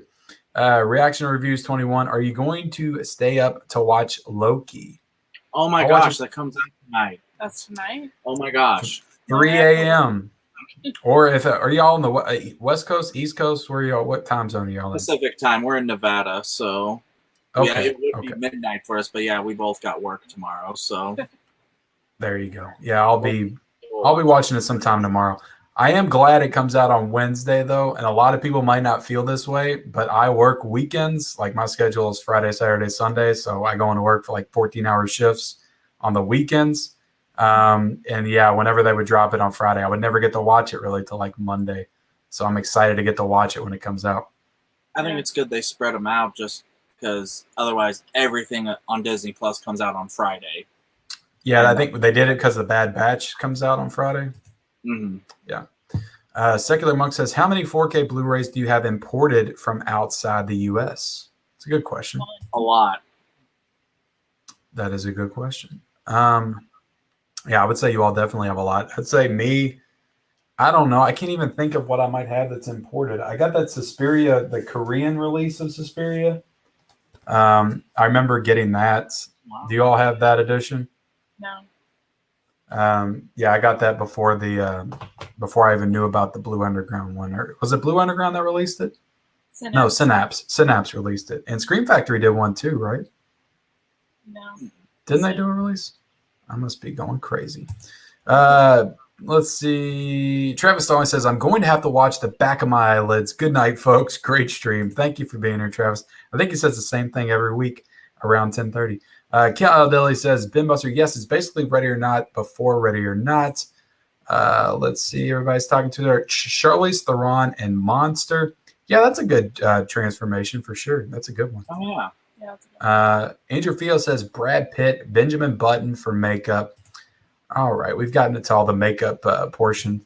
Let's see. Danny DeVito as the Penguin was awesome. Yeah, it's a good one. Was a good one. Cal Daly says never seen Jaws. Well, stop this stream and go watch Jaws like immediately, and then come back and watch the replay. But you got to watch Jaws right away. I'm sorry. Spielberg would never approve a Jaws remake. That's true. Anyone would have to go through him. Yeah. Favorite and worst Jaws ripoffs. Favorite. I don't. Orca. Yeah, I don't know if I mean, you wouldn't count The Shallows as a Jaws ripoff, would you? It's just like that's just a shark movie. Yeah. Like I don't think Deep Blue Sea is a Jaws ripoff. It's just another shark movie. So I don't know if I've seen a lot of those. I know a lot of people probably try to do the same thing in like the 80s, but I haven't seen any of those. Yeah, Andrew loves Jaws ripoffs, so he's probably seen them all. I got a list. I just need to pull it up here. I got that. There's like an 8-movie shark collection at the Dollar Tree that I bought. Oh yeah, we have that too. Are any of those good? Have you watched any of those? We watched the Malibu one, Malibu Shark Attack. Oh, yeah. That was pretty entertaining. It was terrible, but entertaining.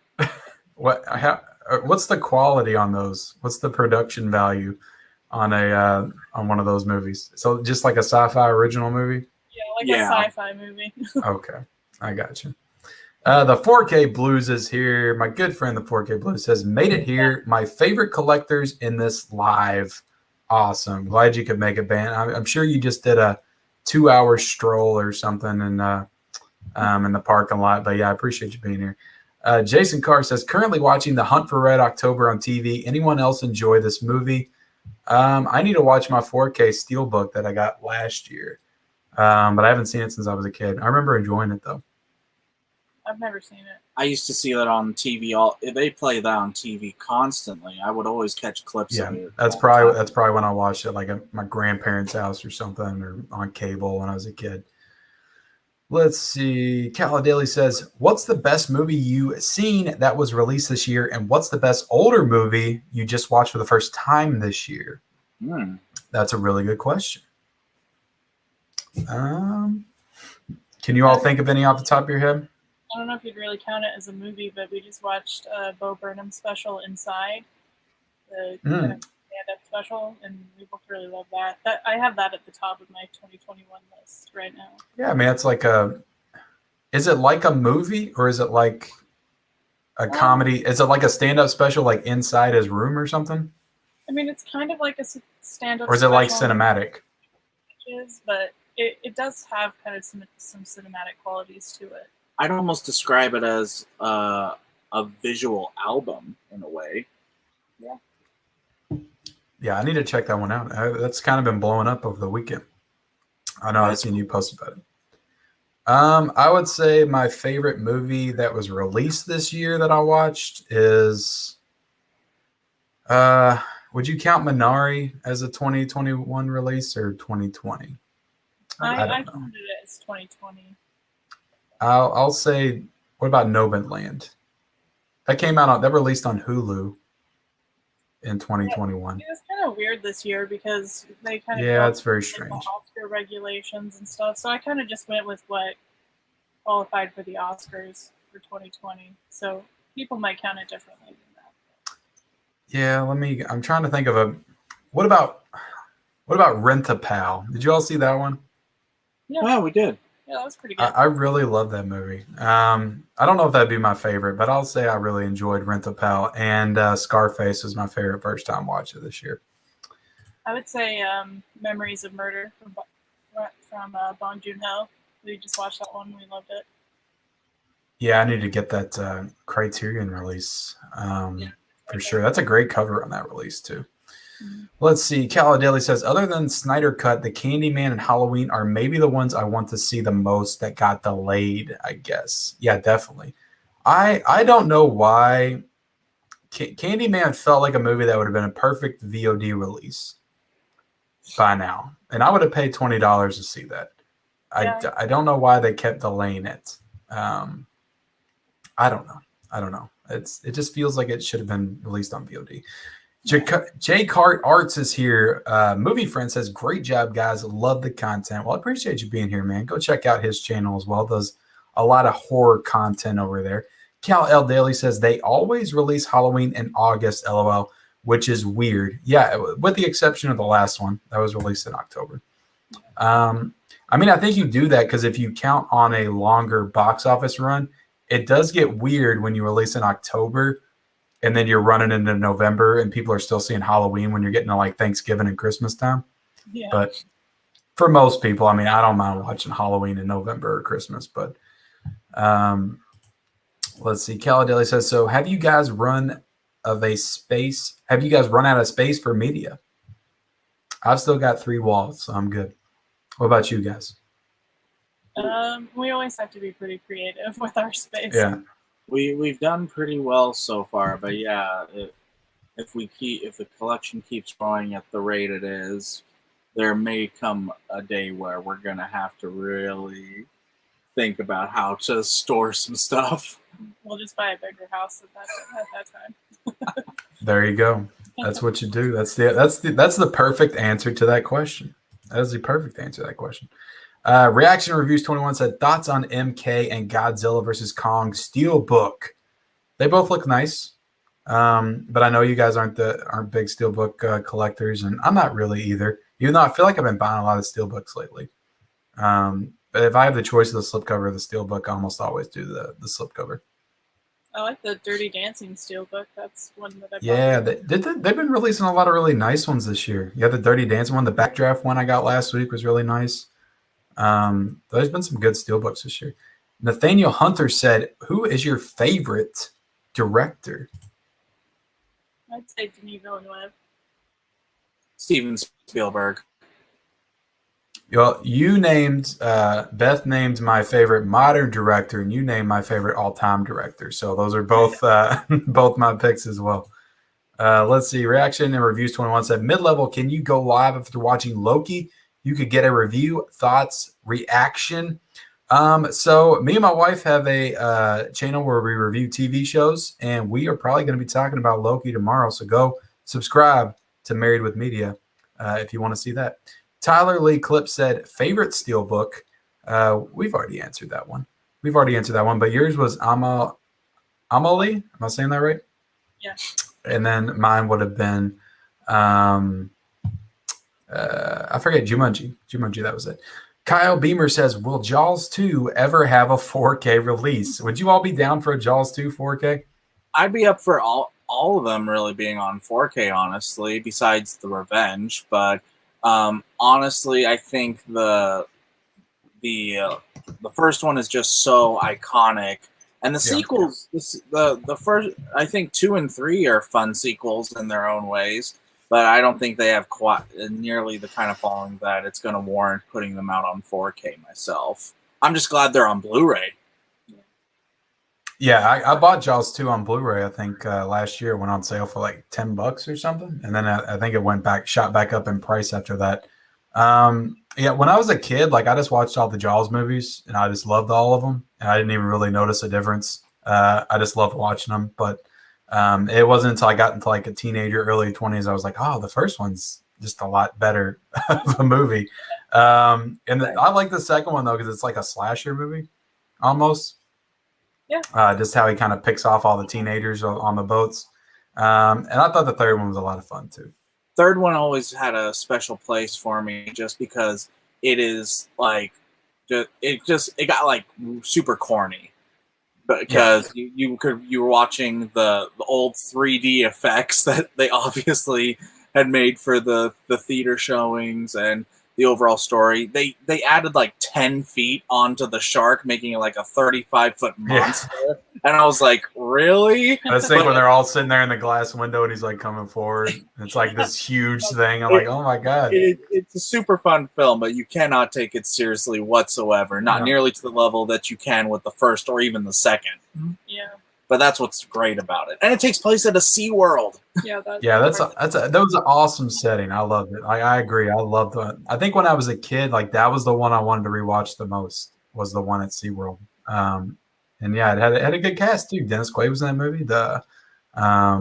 What's the mom from Back to the Future's name again? I forget her name. Oh yeah. Oh my gosh. I can't think of her name off the top of my head, but it had a good cast. Good cast in that one.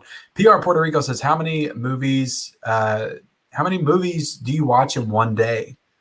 I know you all watch a lot of movies. How many movies can you watch in one day? I think the most we watched in one day is like 7. Yeah, 6 or 7, somewhere in that ballpark.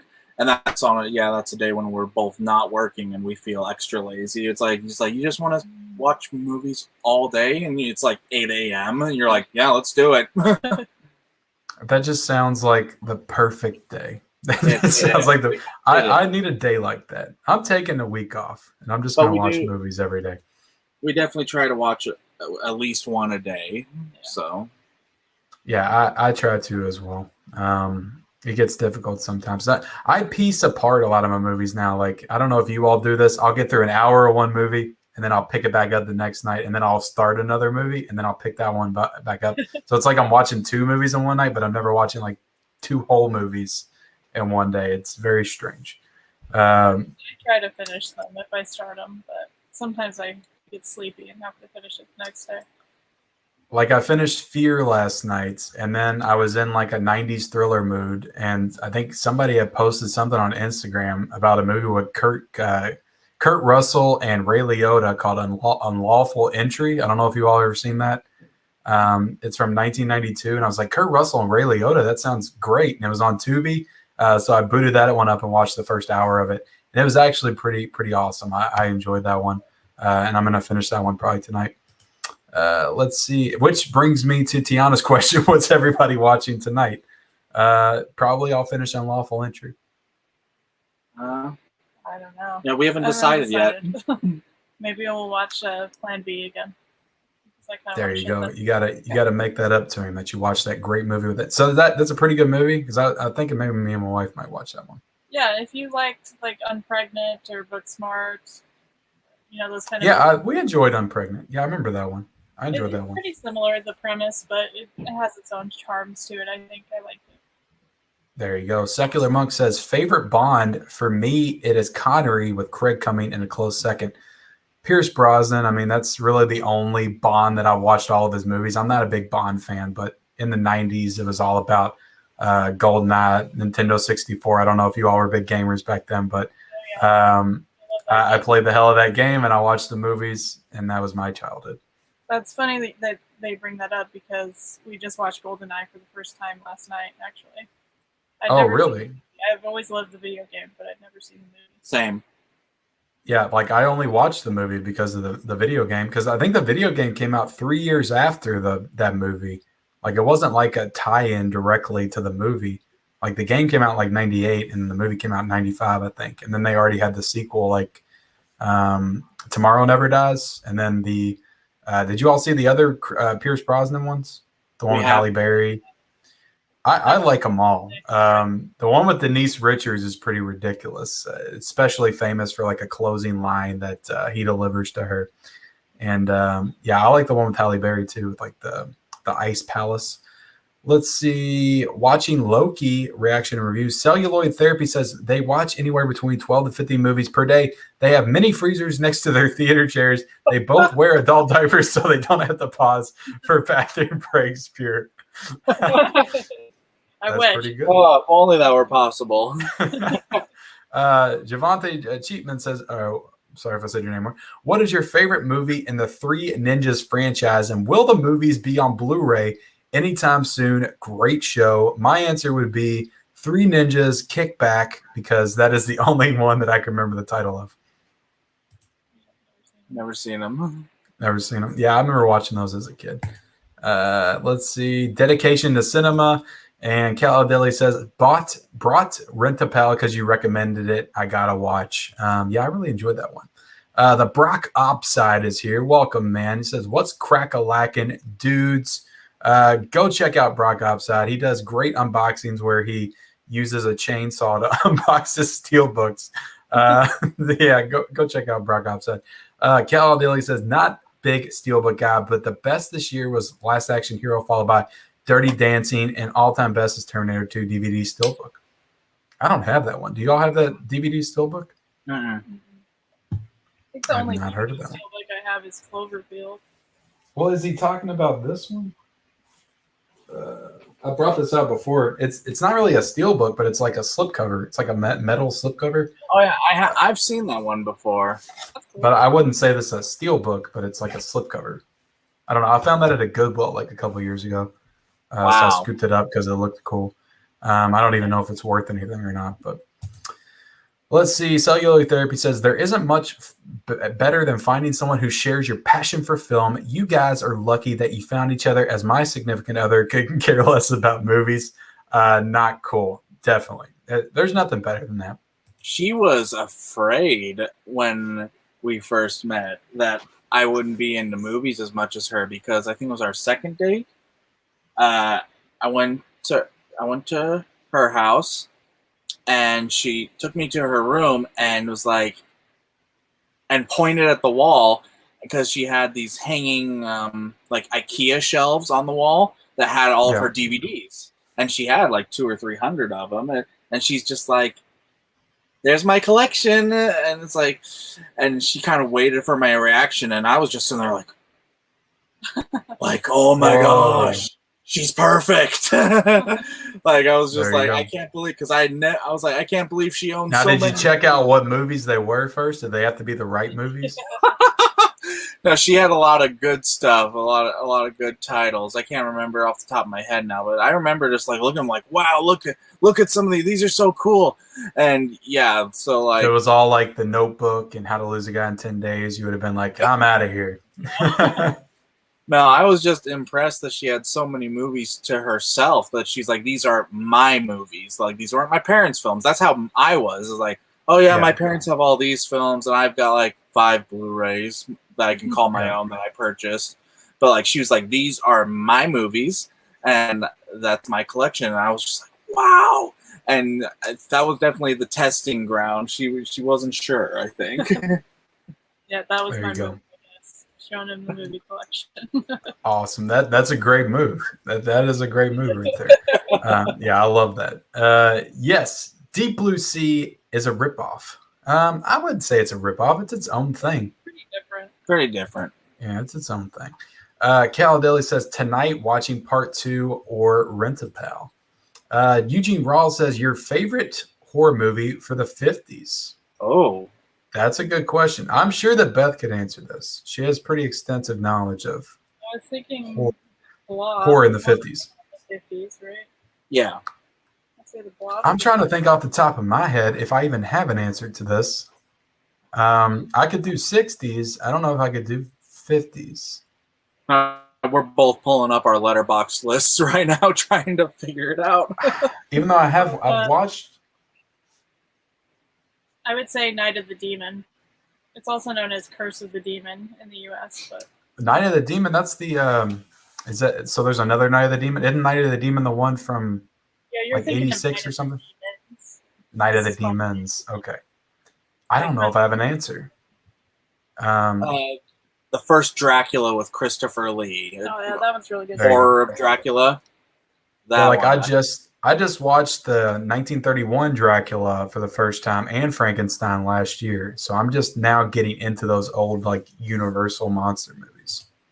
Yeah, those are good. But yeah, let's see. Caladeli says, unlawful entry. I keep telling you, it's awesome. Classic. Awesome. Is that the one? Have you told me about that one before? Well, that's kind of weird. Nathaniel Hunter said, watching The Fog 4K. Have you seen The Fog in 4K? Is it worth it? I don't think we watched the 4K yet. We haven't watched the 4K yet. Is The Fog one of your favorite Carpenter films? Because it's not really mine. Oh yeah, I love The Fog. That's a great You love one. The Fog?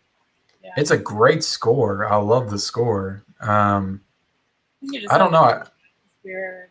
It's just creepy. Yeah. I think beyond Halloween, I think we both could probably agree that we really love Prince of Darkness. Yeah. I watched that one for the first time this year. I really enjoyed that one. Really enjoyed it. It was different. It felt really different than any other Carpenter movie I'd seen before. It's great though. Yeah. The Fog's a movie I watched when I was a kid, and it scared the hell out of me. And then I rewatched it like a couple of years ago, and it didn't hold up for me like I remembered.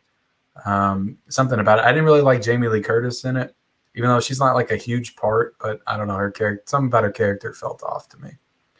And I like that she was in it with her mom though. I thought that was pretty cool. yeah, Janet Leigh was in the movie, wasn't she? Yeah. I forgot about that. And then you got what's his name? Who's the guy that was in Halloween 3? Oh, the big horror guy. Tom Atkins. Yeah, there you go. Kyle Beamer says, my favorite Bond film, License to Kill. Jay Anderson says, A View to Kill.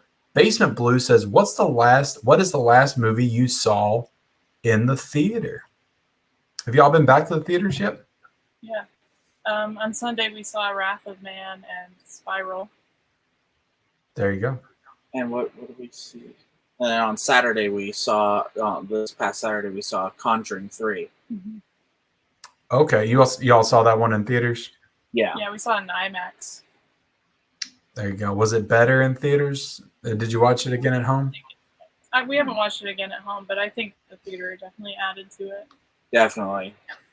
I'm not saying it was bad, and I wasn't even disappointed because I kind of expected it to not be as good as the first two because James Wan didn't direct it. But I don't know. There's just something about it I didn't really love. I love those first two so much. They're like some of my favorite horror movies of all time.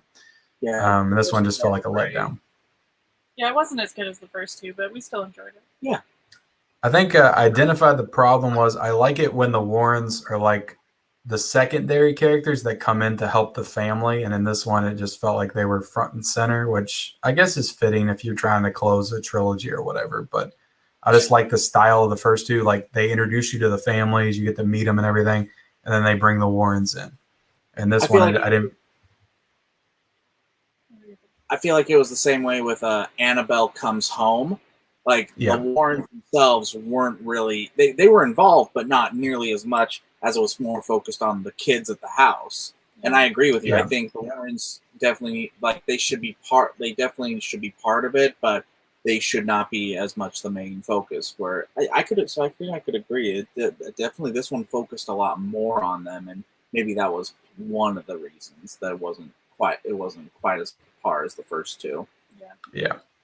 Definitely. Dillon Movie says, how do you guys organize your collection? Mine is by genre and alphabetical within the genres. That's the key. That's interesting to hear how you all would organize such a big collection. Do you all have a process for that? Is it basically just like boutique labels?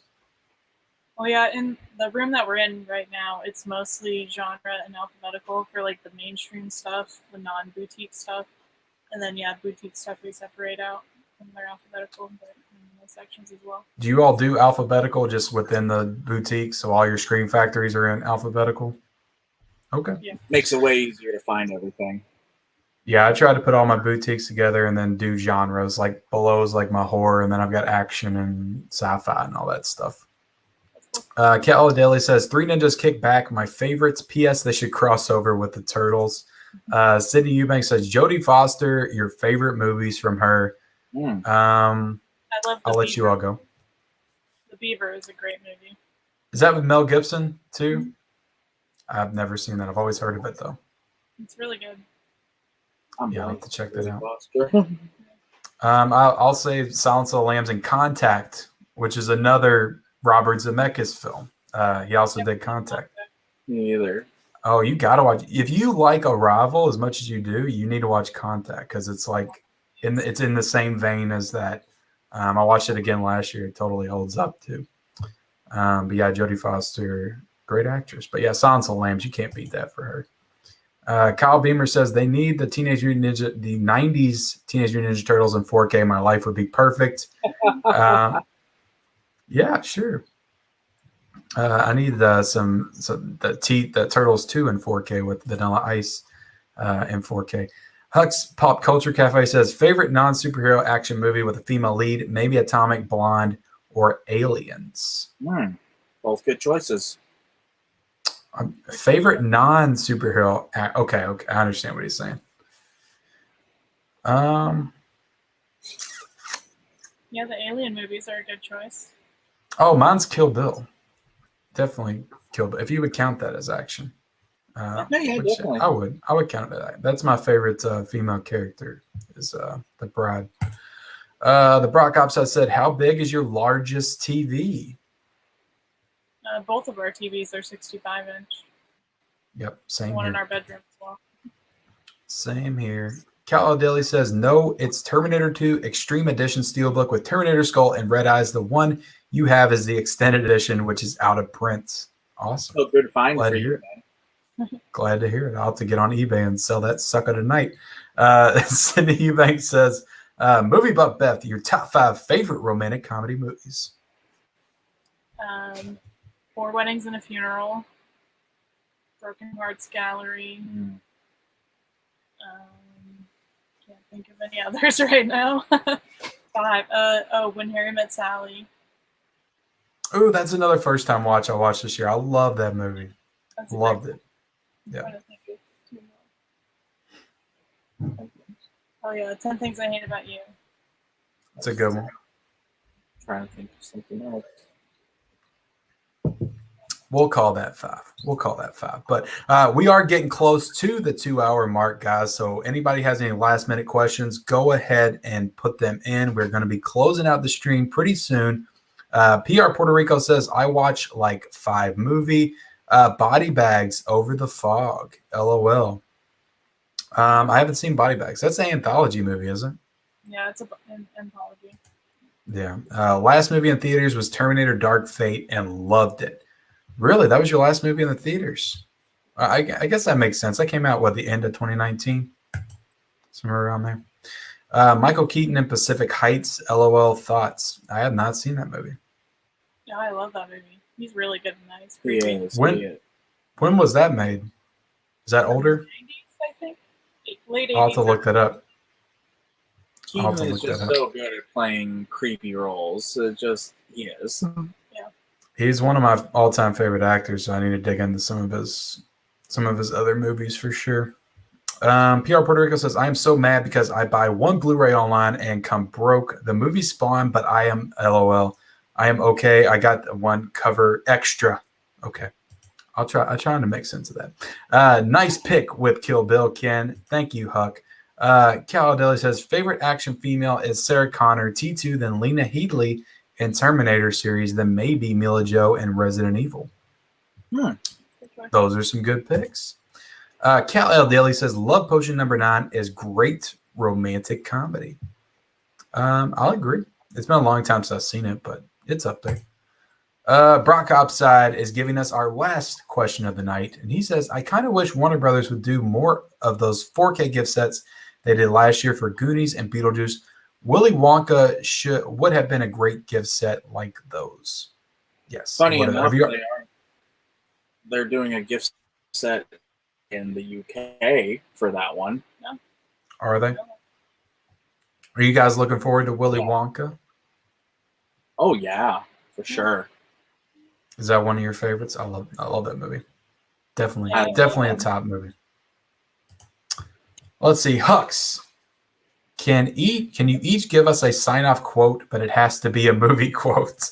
Oh jeez. That's good. I thought it was good. I You thought have it any was good? because we put a movie quote on our wedding announcement from The Perks of Being a Wallflower. We Yeah. said, let's go be psychos together. That's a good one. That's a good one. Do you have one, Drew? Do you have a sign-off quote? I cannot think. I say the one from the Truman Show.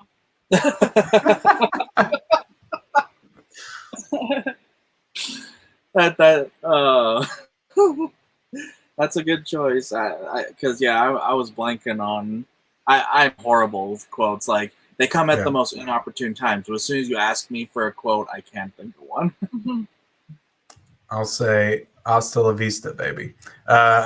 Kella Dilly says, have an awesome night, everybody. It's been fun. Culture Trini, most wanted slipcover, not in your collection. Are y'all big on the slipcovers? Like having to have them? Oh, yeah, definitely have to have them. In fact, I bought a few from Culture Training. Oh, okay. So he's trying to fish and figure out what he needs to sell you next. The 4K slip for The Doors. It's, I think, literally the only 4K that does not. We don't have a slipcover on. And the Call in the Wild 4K.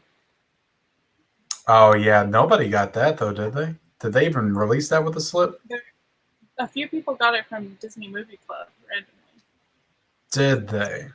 That's weird. Well, they don't even realize how important it is that people do that. They just kind of just throw it out there randomly, which is kind of funny. But all right, guys. So we are going to end this episode of World's Biggest Collectors, episode 12. I want to thank the MovieBuffPaynes for being here tonight. It was definitely awesome having you both on the show.